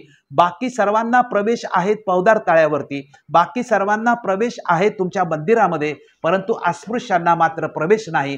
हा जो विषमतेचा प्रकार आहे तो प्रकार मात्र या जगाला बाबासाहेब आंबेडकरांना दाखवून द्यायचा होता आणि इथल्या हिंदूंना किंवा सवर्णांना आणि प्रस्थापितांना सुद्धा बाबासाहेब आंबेडकर सांगत होते की आम्हीही जर हिंदू धर्माचे घटक आहे असं तुम्ही म्हणत असाल तर मग आम्हालाही तुम्ही सामावून घेतलं पाहिजे होते। परंतु बाबासाहेब आंबेडकरांचे हे जे अनुभव आहेत, बाबासाहेबांनी कितीही प्रयत्न केले तरी सुद्धा म्हणजे संस्थात्मक प्रयत्न 1924 सालापासून केले किंवा त्याच्या अगोदर 1920 सालापर्यंत केले, ते 1935 सालापर्यंत बाबासाहेब आंबेडकर हे सातत्याने प्रयत्न करीतच राहिले होते, परंतु बाबासाहेब आंबेडकरांच्या प्रयत्नांना मात्र प्रस्थापितांनी यश येऊ दिलेलं नाही, हे सर्वत्र विदितच गोष्ट आहे। यानंतर जे ऐतिहासिक जो मुद्दा येतो किंवा मंदिर प्रवेशाच्या चळवळीनंतर जे जगप्रसिद्ध झालेलं आणि जगातल्या म्हणजे विशेषतः भारतात आणि युरोप खंडामध्ये गाजलेला जो विषय आहे तो गोलमेज परिषदांचा आहे। एकूण 3 गोलमेज परिषद झालेल्या आहेत। पहिली गोलमेज परिषद 1930 साली, दुसरी गोलमेज परिषद 31 साली, तिसरी गोलमेज परिषद 32 साली सुरू होत्या। अशा 30, 31, 32 या 3 गोलमेज परिषदा झालेल्या आहेत। पहिली गोलमेज परिषदेमध्ये गांधीजी गेले नव्हते, दुसऱ्या गोलमेज परिषदेमध्ये गांधीजी गेले होते, म्हणजे 3 पैकी फक्त दुसऱ्याच गोलमेज परिषदेला गांधीजी गेलेले होते। बाबासाहेब मात्र 30च्या पण परिषदेला गेले होते, 31च्याही परिषदेला गेले होते आणि 32च्याही परिषदेला गेले होते। पण गाजला विषय तो कुठला, तर तो गाजला फक्त दुसऱ्या गोलमेज परिषदेमध्ये महात्मा गांधी गेले आणि त्यांनी सर्व अल्पसंख्याकांना स्वतंत्र मतदारसंघाची मागणी केली, परंतु फक्त अस्पृश्यांना स्वतंत्र मतदारसंघाची मागणी अमान्य केली। आणि त्याचबरोबर डॉक्टर आंबेडकर हे अस्पृश्यांचे प्रतिनिधी नसून मीच अस्पृश्यांचा प्रतिनिधी आहे असा सुद्धा त्यांनी मुद्दा त्या ठिकाणी मांडला। आणि या विषयावरती प्रचंड जे घडलेलं आहे त्याला इथल्या अस्पृश्य सगळे डॉक्टर बाबासाहेब आंबेडकरांच्या पाठीशी उभे राहिलेले दिसतात। बाबासाहेब आंबेडकरांनी ब्रिटिशांना अस्पृश्यांची कैफियत मांडून कन्व्हिन्स यशस्वीपणे केलेले आहे आणि त्या माध्यमातून रामसे मॅकडोनाल्ड हे पंतप्रधान आहेत, त्यांनी तो जाती निवाडा केला, त्यामुळे बाबासाहेब आंबेडकरांची भूमिका ब्रिटिशांना मान्य झाली होती, परंतु महात्मा गांधींना मात्र ती भूमिका मान्य न झाल्यामुळे त्यांनी काय केलं की पुणे येथे उपोषण केलं येरवड्यामध्ये। आणि उपोषण महात्मा गांधींचा प्राण वाचवण्यासाठी डॉक्टर बाबासाहेब आंबेडकरांना कॉम्प्रोमाइज करावं लागलं आणि स्वतंत्र मतदारसंघ सोडून संयुक्त मतदारसंघापर्यंत बाबासाहेब आंबेडकरांना यावं लागलं। हा गोलमेज परिषदेमधला एक म्हणजे इतिहासाचा एक मोठा भाग आहे। त्याची माहिती थोडक्यामध्ये अशी आहे की 9 ऑगस्ट 1930 लंडन येथील गोलमेज परिषदेत भारतीय अस्पृश्यांचे प्रतिनिधी म्हणून डॉक्टर आंबेडकरांना निमंत्रण मिळाले। 2 ऑक्टोबर 1930 रोजी गोलमेज परिषदेत भाग घेण्यासाठी लंडनला रवाना होण्यापूर्वी अस्पृश्य वर्गातर्फे दामोदर हॉल परळ येथे डॉक्टर सोळंकी यांच्या अध्यक्षतेखाली डॉक्टर आंबेडकरांना मानपत्र व थैली अर्पण करण्यात आली। 4 ऑक्टोबर 1930 रोजी गोलमेज परिषदेत भाग घेण्यासाठी व्हाईसराय ऑफ इंडिया या बोटीने डॉक्टर आंबेडकर लंडनला रवाना झाले। 18 ऑक्टोबर 1930 रोजी अस्पृश्यांचे प्रतिनिधी डॉक्टर आंबेडकर आणि मद्रासचे आर श्रीनिवासन तसेच इतर प्रतिनिधी लंडनला पोहोचले। 12 नोव्हेंबर 1930 रोजी ब्रिटनचे राजे पंचम जॉर्ज यांनी गोलमेज परिषदेचे उद्घाटन केले। 20 नोव्हेंबर 1930 रोजी गोलमेज परिषदेत डॉक्टर आंबेडकरांनी आपले पहिलेच भाषण अत्यंत प्रभावी, मुद्देसूद व परिणामकारक करून भारतातील अस्पृश्यांची दयनीय स्थिती कथन करून भारतीय अस्पृश्यांचे दुःख प्रथमतःच जगाच्या वेशीवर टांगण्यामध्ये यश मिळवले। डिसेंबर 1930 रोजी डॉक्टर आंबेडकरांनी गोलमेज परिषदेच्या कामकाजाच्या धक्काधक्कीत ही लंडन येथे अस्पृश्यांच्या मूलभूत हक्काच्या मागण्या आणि अस्पृश्यांचे लष्करात भरती असे 2 जाहीरनामे प्रसिद्ध केले। 5 जानेवारी 1930 रोजी खिलाफत चळवळीचे नेते व गोलमेज परिषदेचे प्रतिनिधी मौलाना मोहम्मद अली जोहर यांचे लंडनमध्ये निधन झाले, तेव्हा पेंटॅगॉन हॉलमध्ये डॉक्टर आंबेडकरांनी त्यांचे अंत्यदर्शन घेऊन श्रद्धांजली वाहिली। 19 जानेवारी 1931 रोजी पहिल्या गोलमेज परिषदेचे काम संपले आणि 13 फेब्रुवारी 1931 रोजी डॉक्टर आंबेडकर लंडनहून निघून मार्सेलिस बंदरात SS मुलतान बोटीने मुंबईला निघाले व 27 फेब्रुवारी 1931 रोजी डॉक्टर आंबेडकर मुंबईस पोहोचले। 1 मार्च 1931 रोजी मुंबई इलाक्यातील सर्व अस्पृश्य समाजातर्फे दामोदर हॉल परळ येथे PG सोळंकी यांच्या अध्यक्षतेखाली भव्य स्वागत सोहळा झाला। त्यानंतर जुलै 1931च्या 3ऱ्या आठवड्यामध्ये पुन्हा लंडन येथे भरणाऱ्या गोलमेज परिषदेच्या 2ऱ्या सत्रात प्रतिनिधींची नावे जाहीर करण्यात आले। त्यात अस्पृश्यांचे प्रतिनिधी म्हणून डॉक्टर आंबेडकरांचे नाव झळकले। 14 ऑगस्ट 1931 मुंबईतील बनीभवन येथे महात्मा गांधी आणि डॉक्टर आंबेडकर यांची पहिली भेट झाली। 15 ऑगस्ट 1931 गोलमेज परिषदेच्या 2ऱ्या सत्रात भाग घेण्यासाठी डॉक्टर आंबेडकर SS मुलतान या बोटीने पुन्हा लंडनला रवाना झाले। 29 ऑगस्ट 1931 ला डॉक्टर आंबेडकर लंडनला पोहोचले। याच दिवशी गांधीजी 2ऱ्या गोलमेज परिषदेत भाग घेण्यासाठी मुंबईहून लंडनला जाणाऱ्या बोटीत चढले व 7 सप्टेंबर 1931 रोजी गोलमेज परिषदेच्या 2ऱ्या सत्रात भाग घेण्यासाठी गांधीजी सुद्धा लंडनला पोहोचले। 2ऱ्या गोलमेज परिषदेत डॉक्टर आंबेडकरांसह काँग्रेसतर्फे गांधीजीही सहभागी झाले होते। या परिषदेत अस्पृश्यांना इतर अल्पसंख्याकांसह स्वतंत्र मतदारसंघ देण्याच्या मुद्द्यावरून गांधी आंबेडकरात तीव्र मतभेद निर्माण झाले व 29 जानेवारी 1932 रोजी 2री गोलमेज परिषद आटपून डॉक्टर आंबेडकर भारतात आले आणि 17 ऑगस्ट 1932 ही तारीख अतिशय महत्त्वाची आहे। 17 ऑगस्ट 1932 ब्रिटिश पंतप्रधानांनी अल्पसंख्याकांच्या प्रश्नावर लवाद म्हणून आपला निवाडा जाहीर केला. याला जातीय निवाडा असं म्हणून इतिहासामध्ये तो प्रसिद्ध आहे. ब्रिटिश पंतप्रधान रामसे मॅकडोनाल्ड यांनी अस्पृश्यांना स्वतंत्र मतदारसंघ बहाल केल्याच्या निर्णयाविरुद्ध गांधींनी एरोडा तुरुंगात आमरण उपोषण सुरू केलं आणि 24 सप्टेंबर 1932 रोजी काँग्रेसच्या नेत्यांनी पंडित मदन मोहन मालवीय यांच्या नेतृत्वाखाली डॉक्टर आंबेडकरांशी वाटाघाटी केल्या, कारण गांधीजी आमरण उपोषणाला बसले होते. शेवटी 24 सप्टेंबर 1932 रोजी काँग्रेसचे नेते व डॉक्टर आंबेडकर व सहकारी यांच्या तडजोड मान्य होऊन त्या करारपत्रावर उभय पक्षाच्या नेत्यांनी सह्या केल्या. हाच तो पुणे करार झालेला आहे. त्यामुळे जी दुसरी गोलमेज परिषद होती, ही दुसरी गोलमेज परिषद अतिशय महत्त्वाची होती. गोलमेज परिषदेला बाबासाहेब आंबेडकर पुन्हा तिसऱ्या गोलमेज परिषदेला 1934 साली गेले आणि तिसरी गोलमेज परिषद करून आल्यानंतर बाबासाहेब आंबेडकर 1935 सालापर्यंत एवढे महान व्यक्तिमत्व कुठे राहत होतं, तर 10/10च्या BIT चाळीमध्ये आपला संसार करत डॉक्टर बाबासाहेब आंबेडकर राहत होते आणि त्यातूनच एवढं सर्व कार्य करत होते.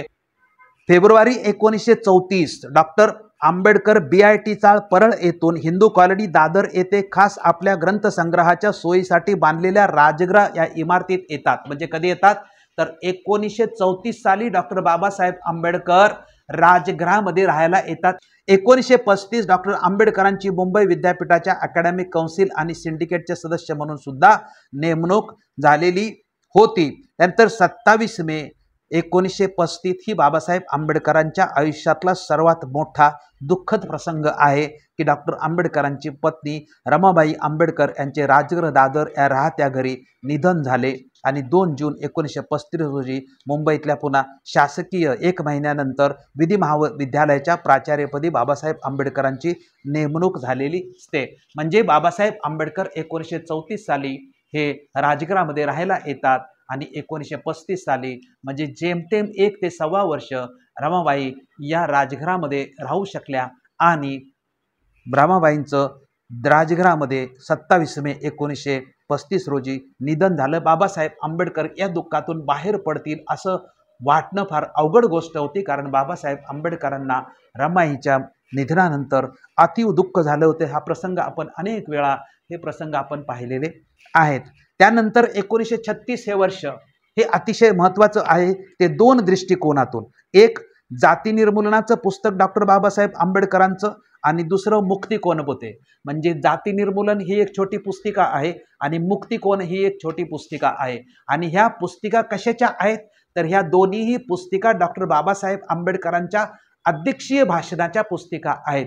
एक पुस्तिका जाती निर्मूलन हे जे विषय होता तो जातपात तोडक मंडळाचा, म्हणजे लाहोरला जे जातपात तोडक मंडळ होतं, या जातपात तोडक मंडळाने डॉक्टर बाबासाहेब आंबेडकरांना कार्यक्रमाचं अध्यक्ष केलं होतं आणि अध्यक्षीय भाषण जे बाबासाहेब आंबेडकरांचं होतं हे बाबासाहेब आंबेडकरांनी लेखी स्वरूपामध्ये सादर केलं होतं. परंतु मंडळाला मात्र हे लेखी जे भाषण होतं यामध्ये काही ऑब्जेक्शन आलं की त्याच्यावर वेद किंवा इतर काही मुद्द्यावरती बाबासाहेब आंबेडकरांचे जे संदर्भ त्याच्यामधले होते हिंदू धर्माच्या संदर्भामध्ये ते त्यांना मान्य झाले नाहीत आणि ते त्यांनी बाबासाहेब आंबेडकरांनी कमी करावेत असं त्यांनी सांगितलं. बाबासाहेब आंबेडकरांनी ते कमी करण्यासाठी नकार दिला, त्यामुळे तो कार्यक्रमच कॅन्सल करण्यात आला आणि मग त्याच वर्षी बाबासाहेब आंबेडकरांनी ते आपलं भाषण जाती निर्मूलन, मराठीत ते ओरिजिनल इंग्रजीमध्ये आहे ॲनिहिलेशन ऑफ कास्ट या नावाने हे भाषण, म्हणजे या देशातील जाती व्यवस्था कशा पद्धतीने नष्ट करायची किंवा या देशातल्या जाती व्यवस्थेची तीव्रता किती भयानक आहे या सर्व गोष्टींचं विश्लेषण जे आहे हे या छोट्याशा पुस्तिकेमध्ये डॉक्टर बाबासाहेब आंबेडकरांच्या आहे. भारतामध्ये हे पुस्तक नव्हे तर संपूर्ण जगामध्ये ही पुस्तिका बाबासाहेब आंबेडकरांची गाजते. त्यानंतर दुसरं ऐतिहासिक बाबासाहेब आंबेडकरांचं भाषण काय होतं, तर 1924 सालापासून 1935 ते 36 सालापर्यंत डॉक्टर बाबासाहेब आंबेडकरांनी पहिलं भाषण केलं होतं. बाबासाहेब आंबेडकरांनी सोलापूरच्या परिषदेमध्ये आणि त्यामध्ये सांगितलं होतं की देशांतर, धर्मांतर आणि नामांतर या 3 नावाच्या शीर्षका अंतर्गत बाबासाहेब आंबेडकरांचं हे भाषण प्रसिद्ध आहे की बाबासाहेब आंबेडकरांनी सांगितलं होतं की जर अस्पृश्य मुक्ती आपल्याला करायची असेल किंवा या गुलामगिरीतून जर आपल्याला बाहेर पडायचं असेल तर देशांतराचा मार्ग आहे, धर्मांतराचा मार्ग आहे आणि नामांतराचा मार्ग आहे।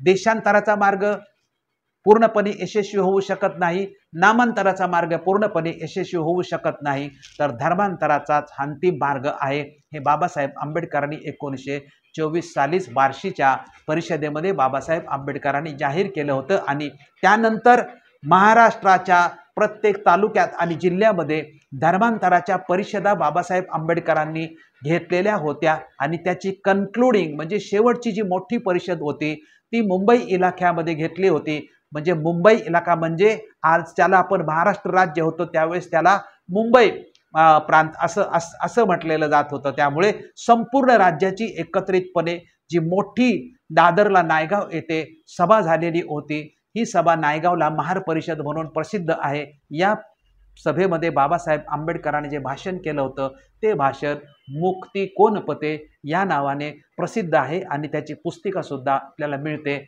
आणि मग ज्यांना धम्म स्वीकारायचा आहे त्यांच्यासाठी ही अतिशय महत्त्वाचे काय आहे, कारण या भाषणामध्ये शेवटचा जो बाबासाहेब आंबेडकरांनी शेवट भाषणामध्ये केला त्यामध्ये आपल्याला दिसतं की मुक्ती धम्मपते बाबासाहेब आंबेडकर त्याच्यामध्ये संदेश देतात, कारण बुद्धाच्या संदेशाने आत्मदीप भव या संदेशाने त्या भाषणाचा बाबासाहेब आंबेडकरांनी समारोप केलेला आहे।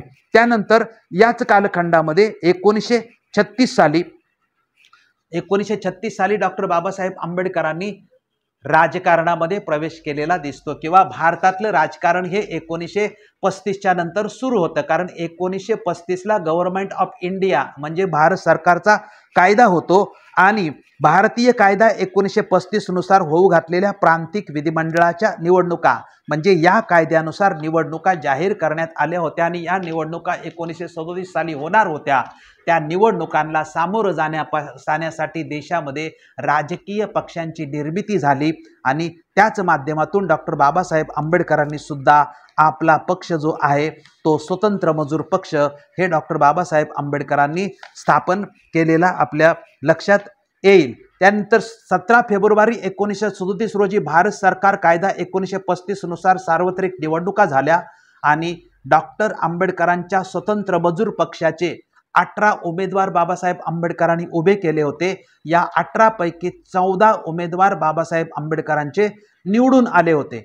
17 सप्टेंबर 1937 रोजी मुंबई विधिमंडळात डॉक्टर आंबेडकरांनी खोती आणि महार वतन ही 2 बिलं बाबासाहेब आंबेडकरांनी ऐतिहासिक मांडली होती, त्याच्यावरचं भाषण सुद्धा ऐतिहासिक प्रसिद्ध आहे।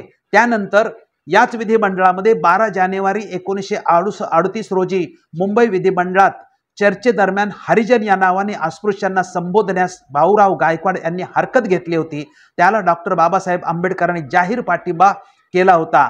त्यामुळे हरिजन हा शब्द मग आम्ही हरिजन तर तुम्ही कुणाचे, आम्ही हरीची लेकरे तर मग तुम्ही कुणाचे, अशा पद्धतीने प्रश्न विचारण्यात आला होता आणि हरिजन शब्दाला विधिमंडळामध्ये बाबासाहेब आणि बाबासाहेबांच्या बरोबर त्यांचे जे 14 निवडून आलेले सदस्य होते या सगळ्यांनी मिळून विरोध केलेला आपल्याला दिसतो। त्यामुळे खोती आणि महार वतन हे या काळातलं अतिशय महत्त्वाचं बिल होतं। ऑक्टोबर 1939 रोजी युद्ध उपसमितीचे म्हणजे दुसरं जे महायुद्ध आहे त्या उपसमितीचे अध्यक्ष पंडित जवाहरलाल नेहरू यांनी डॉक्टर आंबेडकरांशी मुंबईत 2 दिवस चर्चा केली होती।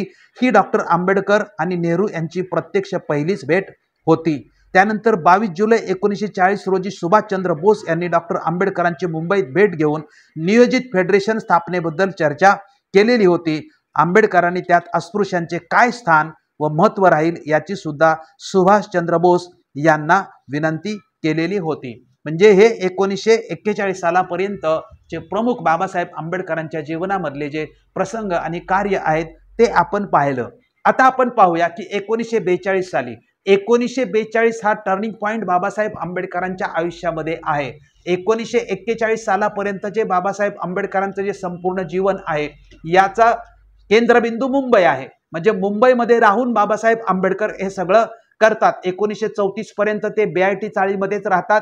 1934 सालापासून ते 1941 सालापर्यंत डॉक्टर बाबासाहेब आंबेडकर मुंबईमधल्या राजगृहामध्ये त्यांचं निवासस्थान आहे आणि 34 सालापासून ते 41 सालापर्यंत जे बाबासाहेब आंबेडकरांचं कार्य झालेलं आहे ते राजगृहामध्ये निवासस्थानामधून राहून म्हणजे ते केंद्रबिंदू बाबासाहेब आंबेडकरांच्या चळवळीचं होतं। पण हे केंद्रबिंदू शिफ्ट होतं मुंबईवरून दिल्लीला, कारण 1942 साली डॉक्टर बाबासाहेब आंबेडकरांची व्हाईसरायच्या व्हाईसरायच्या मंत्रिमंडळामध्ये बाबासाहेब आंबेडकरांची 1942 साली मजूर मंत्री म्हणून नेमणूक होते। 42च्या नंतर 46 साली बाबासाहेब आंबेडकरांची नेमणूक होते ती संविधान सभेमध्ये निवडून जातात आणि मसुदा समितीचे अध्यक्ष 1946 ला बनतात।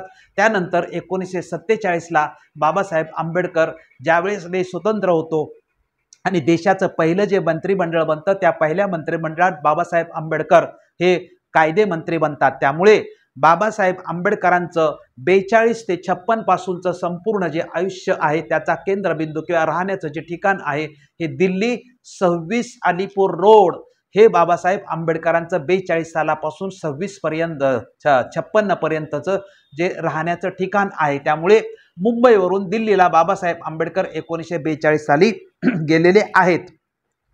2 जुलै 1942 रोजी व्हाईसराय लिनलिथगो यांनी आपल्या कार्यकारी मंडळाच्या सदस्यांची नावे जाहीर केली। त्यात डॉक्टर आंबेडकरांचा समावेश होता। त्यांना मजूर खात्याचा कार्यभार सोपवण्यात आला होता। त्यानंतर 19 व 20 जुलै 1942 रोजी नागपूर येथे अखिल भारतीय दलित वर्ग परिषद एन शिवराज यांच्या अध्यक्षतेखाली भरली। वस्तुतः आंबेडकरच या परिषदेचे नियोजित अध्यक्ष होते, परंतु व्हाईसरायच्या कार्यकारी मंडळात त्यांचा समावेश झाल्याने त्यांनी एन शिवराज यांच्या अध्यक्षतेखाली अध्यक्ष म्हणून नेमणूक केली व या परिषदेतील ठराव क्रमांक 5 नुसार Akhil Bharatiya schedule caste federation राजकीय पक्षाची स्थापना झाली। आता इथे आपण हा मुद्दा पाहायला पाहिजे की स्वतंत्र मजूर पक्ष हा डॉक्टर बाबासाहेब आंबेडकरांचा राजकीय पक्ष होता, पण 1942 साली डॉक्टर बाबासाहेब आंबेडकरांनी शेड्यूल कास्ट फेडरेशन हा पक्ष स्थापन केला। का शेड्यूल कास्ट फेडरेशन स्थापन केला? तर त्यावेळेस जे कॅबिनेट मिशन आलं होतं आणि या कॅबिनेट मिशन समोर साक्ष शेड्यूल कास्ट लोकांची जर द्यायची असेल थोडं थांबूया। 27 जुलै 1942 रोजी डॉक्टर बाबासाहेब आंबेडकरांनी दिल्लीत प्रत्यक्षात मजूर खात्याचा कारभार स्वीकारला। म्हणजे 27 जुलै 1942 सालापासून डॉक्टर बाबासाहेब आंबेडकरांचं वास्तव्य हे कुठे झालं? दिल्लीमध्ये झालं। 7 व 8 जुलै 1942 रोजी भारत सरकारचे मजूर मंत्री या नात्याने डॉक्टर आंबेडकरांनी आपल्या अध्यक्षतेखाली 4थी मजूर परिषद महायुद्धामुळे उद्भवलेल्या परिस्थितीचा विचार करण्यासाठी दिल्लीत बोलवलेली होती। 7 व 8 मे 1943 रोजी मुंबईतील सचिवालयात भारत सरकारचे मजूर मंत्री डॉक्टर आंबेडकर यांच्या अध्यक्षतेखाली स्थायी मजूर समितीची म्हणजे स्टँडिंग लेबर कमिटीची बैठक होऊन कामगार व्यवस्थापन आणि सरकार म्हणजे ज्याला ट्रायपार्टी आपण आज ॲग्रीमेंट म्हणतो किंवा त्रिपक्षीय करार म्हणतो, हे डॉक्टर बाबासाहेब आंबेडकरांच्या कालखंडामध्ये ही संकल्पना सुरू होते। यांची त्रिपक्ष संयुक्त समिती स्थापण्याचा आणि सेवा योजन कार्य म्हणजे एम्प्लॉयमेंट एक्सचेंज ही जी संकल्पना आहे ही डॉक्टर बाबासाहेब आंबेडकरांनी 1942 साली सुरू केलेली होती। त्यानंतर 8 नोव्हेंबर 1943 भारत सरकारचे मजूर मंत्री म्हणून संसदेत इंडियन ट्रेड युनियन ॲक्ट या कायद्यात दुरुस्ती सुचवणारा विधेयक म्हणजे जो 19चा जो ट्रेड युनियन ॲक्ट आहे या ट्रेड युनियन ॲक्टमध्ये बाबासाहेब आंबेडकरांनी या विधेयकामध्ये दुरुस्ती सुचवून आज जे संपूर्ण भारतातल्या युनियन आहेत या युनियनला मान्यता देण्यात यावी या मान्यतेचं जे विधेयक आहे हे डॉक्टर बाबासाहेब आंबेडकरांनी सादर करून या कायद्यामध्ये सुधारणा केली। म्हणजे आज जे भारतामधल्या संपूर्ण कामगार संघटनांना अधिकृतपणे मान्यता देण्याची जी संकल्पना आहे ही संकल्पना डॉक्टर बाबासाहेब आंबेडकरांची आहे। त्यामुळे डॉक्टर बाबासाहेब आंबेडकरांनी 1942 ते 1946 या कालखंडामध्ये मजूर मंत्री म्हणून जे काम केलेलं आहे हे काम ऐतिहासिक आहे। म्हणजे या देशामध्ये तुम्हाला आठवड्याची सुट्टी असेल किंवा 8 तासाची नोकरी असेल किंवा 8 दिवसातून 1 दिवसाची सुट्टी असेल किंवा महिन्याचा रेग्युलर पगार मिळाला पाहिजे। म्हणजे कामगारांच्यासाठी या देशामध्ये जेवढे आज तुम्ही कायदे उपभोगता पेन्शन असेल, पीएफ असेल, ग्रॅज्युटी असेल, या ज्या सर्व संकल्पना आहेत या सर्व संकल्पनाला कायदेशीर स्वरूप प्राप्त करून देण्याचं काम 1942 ते 1946 या कालखंडामध्ये डॉक्टर बाबासाहेब आंबेडकरांनी केलेलं आहे। त्यामुळे मी असं नेहमी प्रत्येक ठिकाणी म्हणत असतो की डॉक्टर बाबासाहेब आंबेडकरांची जयंती साजरी कोणी करावी तर सर्वप्रथम या देशातल्या कामगारांनी करणं आवश्यक आहे।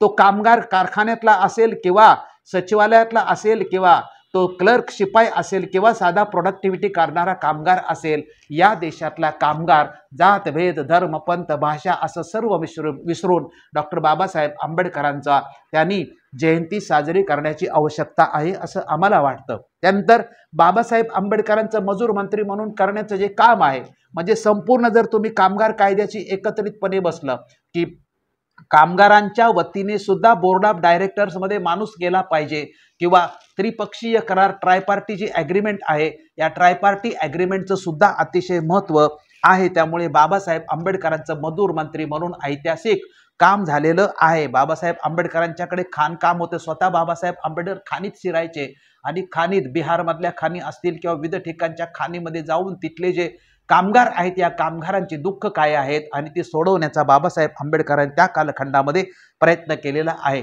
46 साल म्हणजे 42 ते 46 बाबासाहेब आंबेडकरांचं मजूर मंत्री कार्य आहे.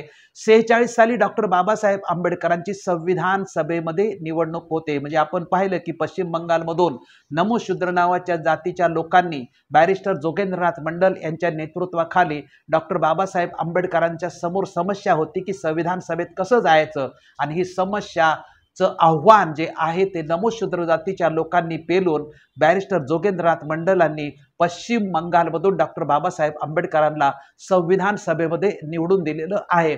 तर त्या बाबासाहेब आंबेडकरांचं काम 1946 सालापासून ते 1949 सालापर्यंत बाबासाहेब आंबेडकरांनी संविधान सभेमध्ये काम केलेलं आहे.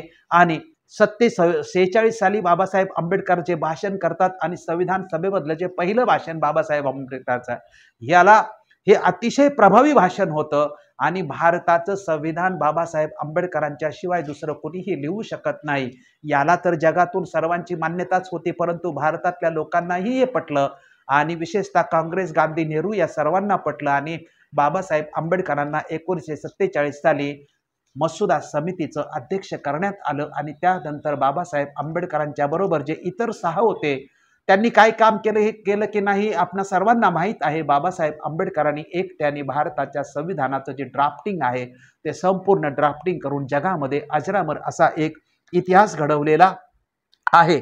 बाबासाहेब आंबेडकरांनी 25 नोव्हेंबर 1949 साली बाबासाहेब आंबेडकरांनी संविधान संपूर्ण लिहिल्यानंतर जी शेवटची सभा झाली होती त्यात प्रत्येकाने आपापले मुद्दे मांडले होते आणि सर्वांच्या मुद्द्यांना उत्तर देताना शेवटचं जे भाषण डॉक्टर बाबासाहेब आंबेडकरांचं आहे ते अतिशय महत्त्वाचं भाषण आहे.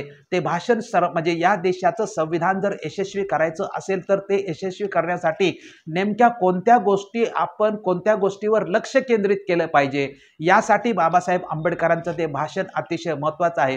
त्याच्यातला सुरुवातीचा आणि संपूर्ण भाषणाचं जिस्ट एकाच वाक्यामध्ये बाबासाहेब आंबेडकरांचं सांगतो आणि बाबासाहेब आंबेडकरांनी ती सुरुवात करतानाच बाबासाहेब आंबेडकर म्हटले की देशाचं संविधान कितीही चांगलं असेल तर चांगलं असलं तरी जर ते संविधान राबवणारे जर लोक चांगले असतील म्हणजे नालायक असतील तर संविधान कितीही चांगलं असून त्याचा काहीच उपयोग नाही. आणि संविधान कितीही वाईट असेल आणि राबवणारे लोक जर चांगले असतील तर ते सुद्धा चांगलं होऊ शकतं. म्हणजे संविधानाची यशस्वीता बाबासाहेब आंबेडकरांनी कशावर सांगितली आहे तर संविधानाची यशस्वीता ही बाबासाहेब आंबेडकरांनी सांगितलं आहे की संविधानाची अंमलबजावणी करणारी जी लोक आहेत ती नेमकी कोण, कशी आणि संविधानाचं जे तत्वज्ञान आहे ते तत्वज्ञान मानणारे आणि त्याला पूरक असणारे जे लोक असतील तरच संविधानाचा उपयोग होऊ शकतो आणि त्याची चांगल्या पद्धतीने अंमलबजावणी होऊ शकते. 19 जुलै 1946 रोजी घटना समितीसाठी बंगालमधील निकाल जाहीर झाले होते. 27 जनरल का जागापैकी काँग्रेसने 25, डॉक्टर आंबेडकर व शेका पक्षाचे सोमनाथ लाहिरी कम्युनिस्ट यांनी जागा जिंकल्या होत्या आणि 9 नोव्हेंबर 1946 रोजी डॉक्टर आंबेडकरांनी त्यानंतर विन्स्टन चर्चिलशी सुद्धा चर्चा केलेल्या होत्या. बाबासाहेब आंबेडकरांचं त्यानंतरचे जे कार्य आहे ते बाबासाहेब आंबेडकरांचं कार्य हे पहिले कायदेमंत्री आहेत. म्हणजे आपण मजूर मंत्री म्हणून बाबासाहेब आंबेडकरांचं कार्य हे अतिशय महत्त्वाचं आहे. 42 ते 56 मधले हे 3 रोल आहेत. एक मजूर मंत्र्याचा रोल, संविधान सभेच्या मसुदा समितीचा अध्यक्ष म्हणून भूमिका आणि तिसरा कायदेमंत्री म्हणून बाबासाहेब आंबेडकरांची भूमिका. आपण मजूर मंत्री म्हणून बाबासाहेब आंबेडकरांची भूमिका थोडक्यात पाहिली. आता आपण मसुदा समितीचा अध्यक्ष म्हणून तर जगप्रसिद्ध बाबासाहेब आंबेडकरांचं काम आहे आणि याच्याही पेक्षा कायदेमंत्री ज्यावेळेस बाबासाहेब आंबेडकर 1947 ते 1951 या 4 वर्षाच्या कालखंडामध्ये भारताचे पहिले कायदेमंत्री डॉक्टर बाबासाहेब आंबेडकर आहेत। तर पहिले कायदेमंत्री डॉक्टर बाबासाहेब आंबेडकर असताना त्यांच्याकडून जे महत्त्वाची अनेक कामं झाली असले तरी एक काम मात्र सर्वश्रेष्ठ आणि अजरामर आणि या देशातल्या महिलांच्या दृष्टिकोनातून अतिशय महत्त्वाचं काम झालेलं आहे आणि ते म्हणजे डॉक्टर बाबासाहेब आंबेडकरांनी लिहिलेलं हिंदू कोड बिल। हे हिंदू कोड बिल जे आहे हे डॉक्टर बाबासाहेब आंबेडकरांनी लिहिलं आणि या हिंदू कोड बिलाचा जो ड्राफ्ट आहे या ड्राफ्टचा जर आपण परिपूर्ण अभ्यास केला तर या हिंदू कोड बिलाचं जे जिस्ट काय आहे तर हिंदू कोड बिलामध्ये काय आहे, हिंदू कोड बिलामध्ये विवाहाचा कायदा आहे, घटस्फोटाचा कायदा आहे, दत्तकाचा कायदा आहे, संपत्तीच्या प्रॉपर्टीचा कायदा आहे। तर कौटुंबिक कायदे याला हिंदू कोड बिल म्हणतात। मग हे हिंदू कायदे नेमके हिंदू कुटुंबासाठी किंवा या देशातल्या महिलांच्या सुरक्षिततेच्या दृष्टिकोनातून हा जो संपूर्ण विषय आहे हा हिंदू कोड बिलाचा विषय आहे। यापूर्वी हिंदू कोड बिला पूर्वीची परिस्थिती काय होती आणि हिंदू कोड बिलाच्या नंतरची परिस्थिती काय झालेली आहे एवढंच फक्त आपण लक्षात ठेवलं तर बाबासाहेब आंबेडकरांचं हिंदू कोड बिलाच्या दृष्टिकोनातून योगदान किती श्रेष्ठ आहे या देशातल्या महिलांच्या दृष्टिकोनातून ते अगदी मी तुम्हाला संक्षिप्त रूपाने थोडक्यामध्ये सांगण्याचा प्रयत्न करतो। हिंदू कोड बिलाच्या पूर्वी या देशामध्ये हिंदू कोड बिलाची अंमलबजावणी होण्याच्या पूर्वी महिलांच्या संदर्भामध्ये काय परिस्थिती होती तर महिला ही पूर्णपणे जन्मापासून ते मृत्यूपर्यंत पूर्णपणे पुरुषाच्या मेहरबानीवर आणि पुरुष सांगेल तशाच पद्धतीने 100% ती पुरुषावरती अवलंबून होते। म्हणजे बापाच्या घरी जन्माला आलं तर तिला बापाच्या कुठल्याही प्रॉपर्टीमध्ये अधिकार नव्हता आणि नवऱ्याच्या घरी गेलं तरी नवऱ्याच्याही संपत्तीमध्ये कुठलाही अधिकार नाही। म्हणजे हिंदू कोड बिलाच्या अगोदर पत्नीला प्रॉपर्टीमध्ये कुठल्याही प्रकारचा अधिकार नाही। त्या पत्नीने जन्म दिलेल्या मुलांचा त्या प्रॉपर्टीमध्ये अधिकार होता परंतु पत्नीचा कुठल्याही प्रकारे अधिकार नाही। म्हणजे बापाच्या घरीही तिला कुठल्याही प्रकारचा अधिकार नाही आणि नवऱ्याच्या घरीही तिला कुठल्याही प्रकारचा अधिकार नाही। अगदी साध्या सोप्या भाषेत मी तुम्हाला हा मुद्दा समजावून सांगतोय।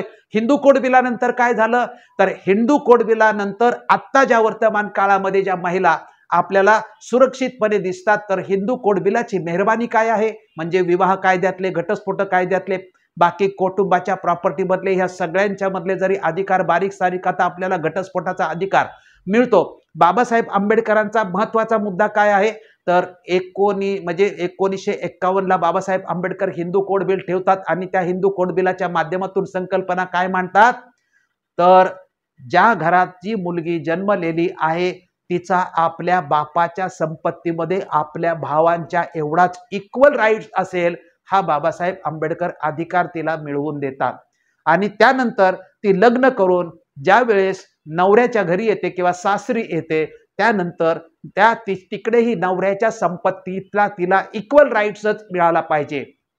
म्हणजे बाबासाहेब आंबेडकरांच्या हिंदू कोड बिलामुळे काय झालं तर बाबासाहेब आंबेडकरांच्या हिंदू कोड बिलामुळे स्त्रीला 100% पूर्णपणे सुरक्षितता मिळालेली आहे आणि एक पुरुषाच्या एक काकण जास्त असे आपण म्हणू शकतो कारण आजच्या स्त्रीला आपल्या वडिलांच्या प्रॉपर्टी मधलाही अधिकार आहे आणि नवऱ्याच्या प्रॉपर्टी मधलाही अधिकार आहे। पुरुषाला तर फक्त वडिलांच्या घराचा अधिकार मिळतो परंतु स्त्रीला मात्र आपल्या आईवडिलांच्या संपत्तीतला अधिकार दिलेला आहे आणि नवऱ्याच्या संपत्तीतलाही अधिकार दिलेला आहे। आणि हा जो अधिकार आहे हा इक्वल आहे म्हणजे जेवढे भाव असतील त्या भावांच्या वाटणीमध्ये समान हक्क असेल आणि इकडे सुद्धा समान हक्क दिलाय नवऱ्याच्या नंतर तर तिचाच पूर्णपणे हक्क सांगण्यात आलेला आहे। त्यामुळे बाबासाहेब आंबेडकरांचं हिंदू कोड बिलामधलं दुसरं एक महत्त्वाचा घटस्फोटाचा मुद्दा आहे।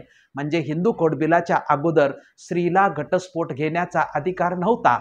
म्हणजे पुरुष कितीही लग्न करू शकतो, कुठल्याही वयामध्ये लग्न करतो। 8 वर्षाच्या मुलीबरोबर 40 वर्षाचा माणूस लग्न करू शकतो परंतु त्या 8 वर्षाच्या मुलीचा जर नवरा वारला तर तिला मात्र पुन्हा आयुष्यभर लग्न करण्याचा अधिकार नाही। तिला विधवा आणि केस वगैरे म्हणजे ती परिस्थिती जर आपण पाहिली तर हा एक दुसरा मोठा अधिकार दिला की बाबासाहेब आंबेडकरांनी सांगितलं की एखाद्या स्त्रीचा जर पती वारला असेल तर त्याला दुसरंही लग्न करण्याचा अधिकार आहे। आणि त्याच्याही पुढे जाऊन बाबासाहेब आंबेडकर म्हणतात की ज्याच्या बरोबर लग्न झालंय तो जर चांगला नसेल, तो दारुड्या असेल, व्यसनी असेल आणि तिला जर त्याच्या बरोबर संसार करण्याची इच्छा नसेल तर त्याच्या बरोबर घटस्फोट घेऊन तिला दुसरं लग्न करण्याचा किंवा तिला स्वतंत्रपणे तिला स्वतःला विचार करण्याचा अधिकार बाबासाहेब आंबेडकरांनी हिंदू कोड बिलाच्या माध्यमातून दिलेला आहे।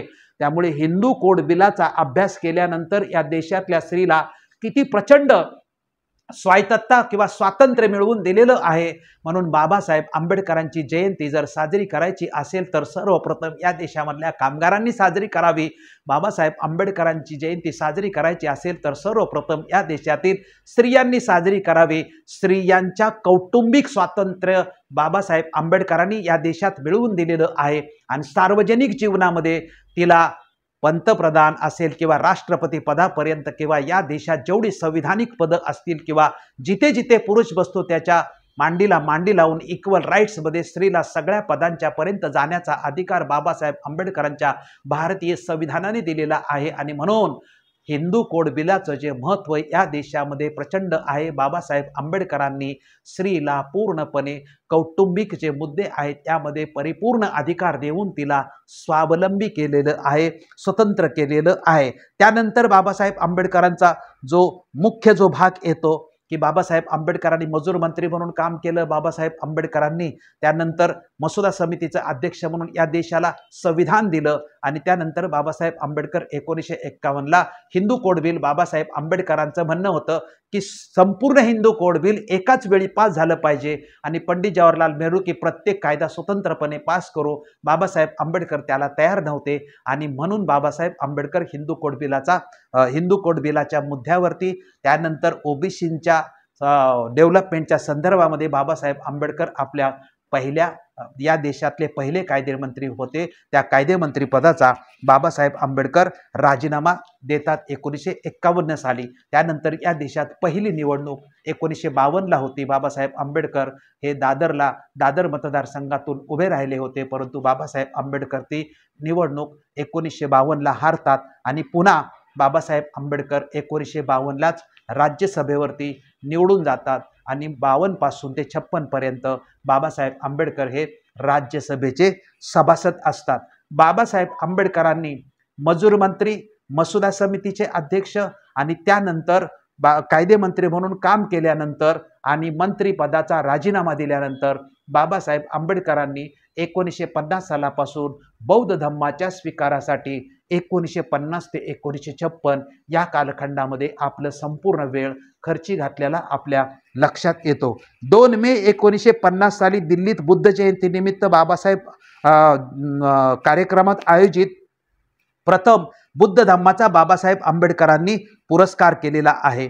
बुद्ध धर्म हाच मानव धर्म असल्याचे सांगितले।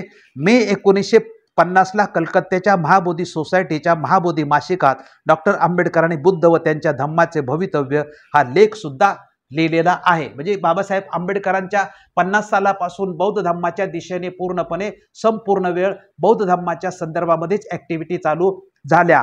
25 मे 1950ला तर श्रीलंकेत बौद्ध धम्म कसा पाळला जातो त्याचे निरीक्षण करण्यासाठी डॉक्टर बाबासाहेब आंबेडकर सपत्नीक हे श्रीलंकेला गेले होते। म्हणजे बाबासाहेब आंबेडकरांनी बुद्ध आणि त्यांचा धम्म हा 1951 सालाच्या 2 नोव्हेंबर पासून लिहायला घेतलेला आहे। हे धनंजय कीरच्या पुस्तकाचा संदर्भ देऊन आपण पाहिलेलंच आहे।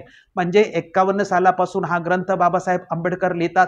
50 साली बाबासाहेब म्हणतात की संपूर्ण जगातल्या बौद्ध धर्मीयांच्यासाठी एक समान असा एकच ग्रंथ असला पाहिजे, कारण बौद्ध धम्माचा ऱ्हास होण्याच्या अनेक कारणातलं पहिलं एक कारण आहे। बाबासाहेब म्हणतात की बौद्ध धर्माला एकच ग्रंथ नाही आणि हा जो मुद्दा आहे तो बाबासाहेब कुठे मांडतात तर बुद्ध आणि त्याच्या धम्माचं भवितव्य या लेखात, जो लेख महाबोधी सभेच्या मासिकासाठी लिहिला होता त्यामध्ये लिहितात आणि तो लेख लिहिल्यानंतर सगळ्यांच्या प्रतिक्रिया येतात की असा ग्रंथ तुम्हीच बनवा आणि मग तशा पद्धतीचा ग्रंथ मीच बनवण्याची जबाबदारी घेतली अशी बुद्ध आणि त्यांचा धम्म या ग्रंथाच्या प्रस्तावनेमध्ये डॉक्टर बाबासाहेब आंबेडकरांनी त्याची कबुली सुद्धा बाबासाहेब आंबेडकर देतात। 5 जून 1950 रोजी श्रीलंकेतील कोलंबो येथे यंग्समॅन बुद्धिस्ट असोसिएशनच्या कार्यकर्त्यासमोर त्यांनी भारतातील बौद्ध धर्माचा उदय आणि अस्त यावर भाषण करतात। 16 एप्रिल 1951 डॉक्टर आंबेडकरांनी दिल्लीतील आंबेडकर भवनची कोनशिला, आज जे दिल्लीमध्ये मोठं आंबेडकर भवन आपण पाहतो ती कोनशिला बाबासाहेब आंबेडकरांनी 51 साली केली। 20 मे 1951 दिल्लीत बुद्ध जयंतीला भाषण केलं बाबासाहेब आंबेडकरांनी आणि बुद्ध धर्म कसा श्रेष्ठ आहे हे बाबासाहेब सांगतात। जून 1951ला सिद्धार्थ कॉलेजच्या मेनकावा व आल्बर्ट या इमारतीची नावं म्हणजे बाबासाहेब आंबेडकरांच्या आज जे 2 बिल्डिंग आहेत फोर्टमध्ये, या फोर्टमध्ये ज्या 2 बिल्डिंग सिद्धा आहेत त्यांचं पहिलं नाव काय होतं, एकीचं नाव मेनकवा होतं तर दुसरीचं नाव अल्बर्ट होतं. तर मेनकवा आणि अल्बर्टचं आनंद भवन आणि बुद्ध भवन असं बाबासाहेब आंबेडकरांनी या बिल्डिंगचं नाव ठेवलेलं आहे. जुलै 1951 मध्ये त्यांनी भारतीय बौद्ध जनसंघ संस्थेची स्थापना केली. 17 सप्टेंबर 1951 डॉक्टर आंबेडकरांनी बुद्ध उपासना पाठ ही बुद्ध वंदनेची पुस्तिका प्रकाशित केली. 22 डिसेंबर 1951 डॉक्टर आंबेडकरांचे वरळी येथील बुद्ध विहारात धर्मावर भाषण झाले. 27 मे 1953 रोजी नरे पार्क येथे बाबासाहेब आंबेडकरांचं जे शेवटचं भाषण होतं ते भाषण झालेलं आहे. 20 एप्रिल 1954 मध्ये बाबासाहेब आंबेडकर पुन्हा दुसऱ्यांदा पोटनिवडणुकीला उभे राहिले होते भंडारा येथे, पण तिथूनही बाबासाहेब आंबेडकरांना हार पत्करावी लागलेली आहे. 16 मे 1954 रंगून ब्रह्मदेश येथे भरणाऱ्या जागतिक बौद्ध परिषदेसाठी विमानाने बाबासाहेब आंबेडकर पोहोचले. 1 डिसेंबर 1954 रंगून येथे भरणाऱ्या जागतिक बौद्ध परिषदेत भाग घेण्यासाठी बाबासाहेब आंबेडकर रंगूनला पोहोचतात. 25 डिसेंबर 1954 रोजी बाबासाहेब आंबेडकरांनी देहू रोड येथील म्हणजे भारतात सर्वात पहिली बुद्धमूर्ती बाबासाहेब आंबेडकरांनी कुठे बसवली तर 25 डिसेंबर 1954 रोजी पुणे जिल्ह्यातील देहू रोड या ठिकाणी गेली आणि 4 मे 1955 भारतीय बौद्ध महासभा म्हणजे दी बुद्धिस्ट सोसायटी ऑफ इंडिया या संस्थेची स्थापना केली. 12 डिसेंबर 1955 डॉक्टर बाबासाहेब आंबेडकरांनी औरंगाबाद येथील महाविद्यालयाचे नाव मिलिंद महाविद्यालय असे केले. फेब्रुवारी 1956 मध्ये जनता पत्राचे प्रबुद्ध भारत असे नाव केले. 24 फेब्रुवारी 1956 रोजी बुद्ध पूजा पाठ हे पाली गाथा व त्याचे भाषांतर असलेले वंदनेचे पुस्तक डॉक्टर बाबासाहेब आंबेडकरांनी प्रसिद्ध केले. 18 मार्च 1956 आग्रा येथील जाहीर सभेत बौद्ध धर्माचे महत्त्व सांगून स्वीकारण्याचे आव्हान बाबासाहेब आंबेडकरांनी केले. 12 मे 1956 BBC लंडनने मला बुद्ध धर्म का आवडतो हे डॉक्टर आंबेडकरांचे मुलाखत प्रसिद्ध केली. 24 मे 1956 मुंबईत नरे पार्कला भाषण. 23 सप्टेंबर 1956 रोजी आंबेडकरांनी विजयादशमीला नागपूरला सकाळी 9 ते 11च्या दरम्यान बौद्ध धर्म स्वीकारणार असल्याचे प्रसारमाध्यमातून जाहीर केले आणि 14 ऑक्टोबर 1956 रोजी नागपूर येथे सपत्नीक बौद्ध धम्माची दीक्षा डॉक्टर बाबासाहेब आंबेडकर घेतली.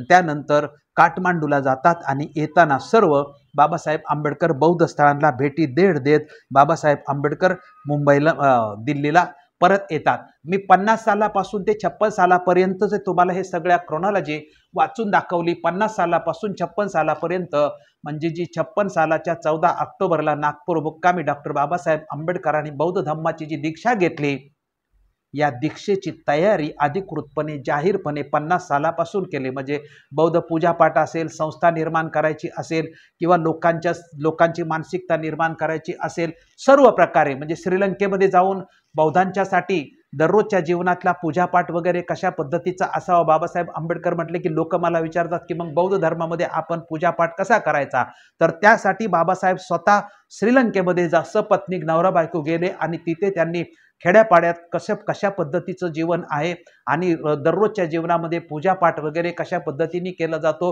याचा बाबासाहेब आंबेडकर अभ्यास करतात. तिथून पूजापाठ कसा बनवायचा या संदर्भात सगळं मटेरियल कलेक्ट करतात. तिथून गुणरत्ने तिलके यांच्या आवाजामधल्या काही गाथा सुद्धा रेकॉर्ड करून बाबासाहेब आंबेडकरांनी त्यावेळेस आणलेल्या आहेत. त्यामुळे 50 ते 56 सालापर्यंत बाबासाहेब आंबेडकरांनी जे हिंदू कोड बिलाचा राजीनामा दिल्यानंतर पूर्ण वेळ बाबासाहेब आंबेडकरांनी बौद्ध धर्माच्या स्वीकाराच्या दृष्टिकोनातून जाहीरपणे काम केलं आणि 14 ऑक्टोबर 1956 डॉक्टर बाबासाहेब आंबेडकरांनी बौद्ध धम्माचा स्वीकार केला आणि बौद्ध धम्माचा स्वीकार करून बाबासाहेब आंबेडकरांनी सांगितलं की इथून पुढचा संपूर्ण प्रवास हा बौद्ध तत्वज्ञानावरतीच असेल. म्हणजे हा संदेश आहे. बाबासाहेब आंबेडकरांच्या संपूर्ण जीवनचरित्र पाहिल्यानंतर बाबासाहेब आंबेडकर कुठे येऊन थांबतात तर 14 ऑक्टोबर 1956 डॉक्टर बाबासाहेब आंबेडकर धम्माची दीक्षा घेतात आणि धम्माची दीक्षा घेतल्यानंतर पुढचं संपूर्ण आयुष्य धम्म प्रचारासाठी बाबासाहेब आंबेडकर घालवणार होते आणि भारत बौद्धमय करण्याची संकल्पना डॉक्टर बाबासाहेब आंबेडकरांनी मांडली होती. आणि बाबासाहेब आंबेडकर म्हणतात की इथून पुढचं जे संपूर्ण आयुष्य आहे किंवा इथून पुढची जी संपूर्ण आमच्या चळवळीची दिशा आहे किंवा इथून पुढची संपूर्ण विचारधारा ही बौद्ध तत्वज्ञानावरतीच आधारित असली पाहिजे। आपण सर्वांनी डॉक्टर बाबासाहेब आंबेडकरांचा शतकोत्तर 33वा जो जयंती महोत्सव आहे, या जयंती महोत्सवाचं साजरीकरण करत असताना आम्ही आमचा जो गेल्या वर्षभर कार्यक्रम सुरू आहे, हा कार्यक्रमातला भाग सोडून एक विशेष भाग आम्ही जयंतीसाठी सादर केलेला आहे आणि बाबासाहेब आंबेडकरांच्या चरित्रामध्ये किंवा जीवन चरित्रामधले जे ठळक मुद्दे आहे किंवा क्रोनॉलॉजी म्हणजे अनुक्रमणिकेप्रमाणे तुम्हाला सांगण्याचा सनावळीसहित आम्ही प्रयत्न केलेला आहे। तुम्हाला बाबासाहेब आंबेडकरांचं चरित्र तर सगळं माहीतच आहे, परंतु तरीही आपण आजच्या दिनी आपण सर्वांनी बाबासाहेब आंबेडकरांच्या चरित्राची उजळणी केली पाहिजे, त्याच्यातून आपण प्रेरणा घेतली पाहिजे आणि बाबासाहेब आंबेडकरांनी दिलेले विचार आहेत, दाखवलेले मार्ग आहेत, याप्रमाणे आपण आपला प्रवास करायला पाहिजे। पुन्हा एकदा आपणा सर्वांना डॉक्टर बाबासाहेब आंबेडकरांच्या जयंती उत्सवाच्या निमित्ताने हार्दिक हार्दिक शुभेच्छा। धन्यवाद। जय भीम, जय अशोक, जय बुद्ध, जय भारत।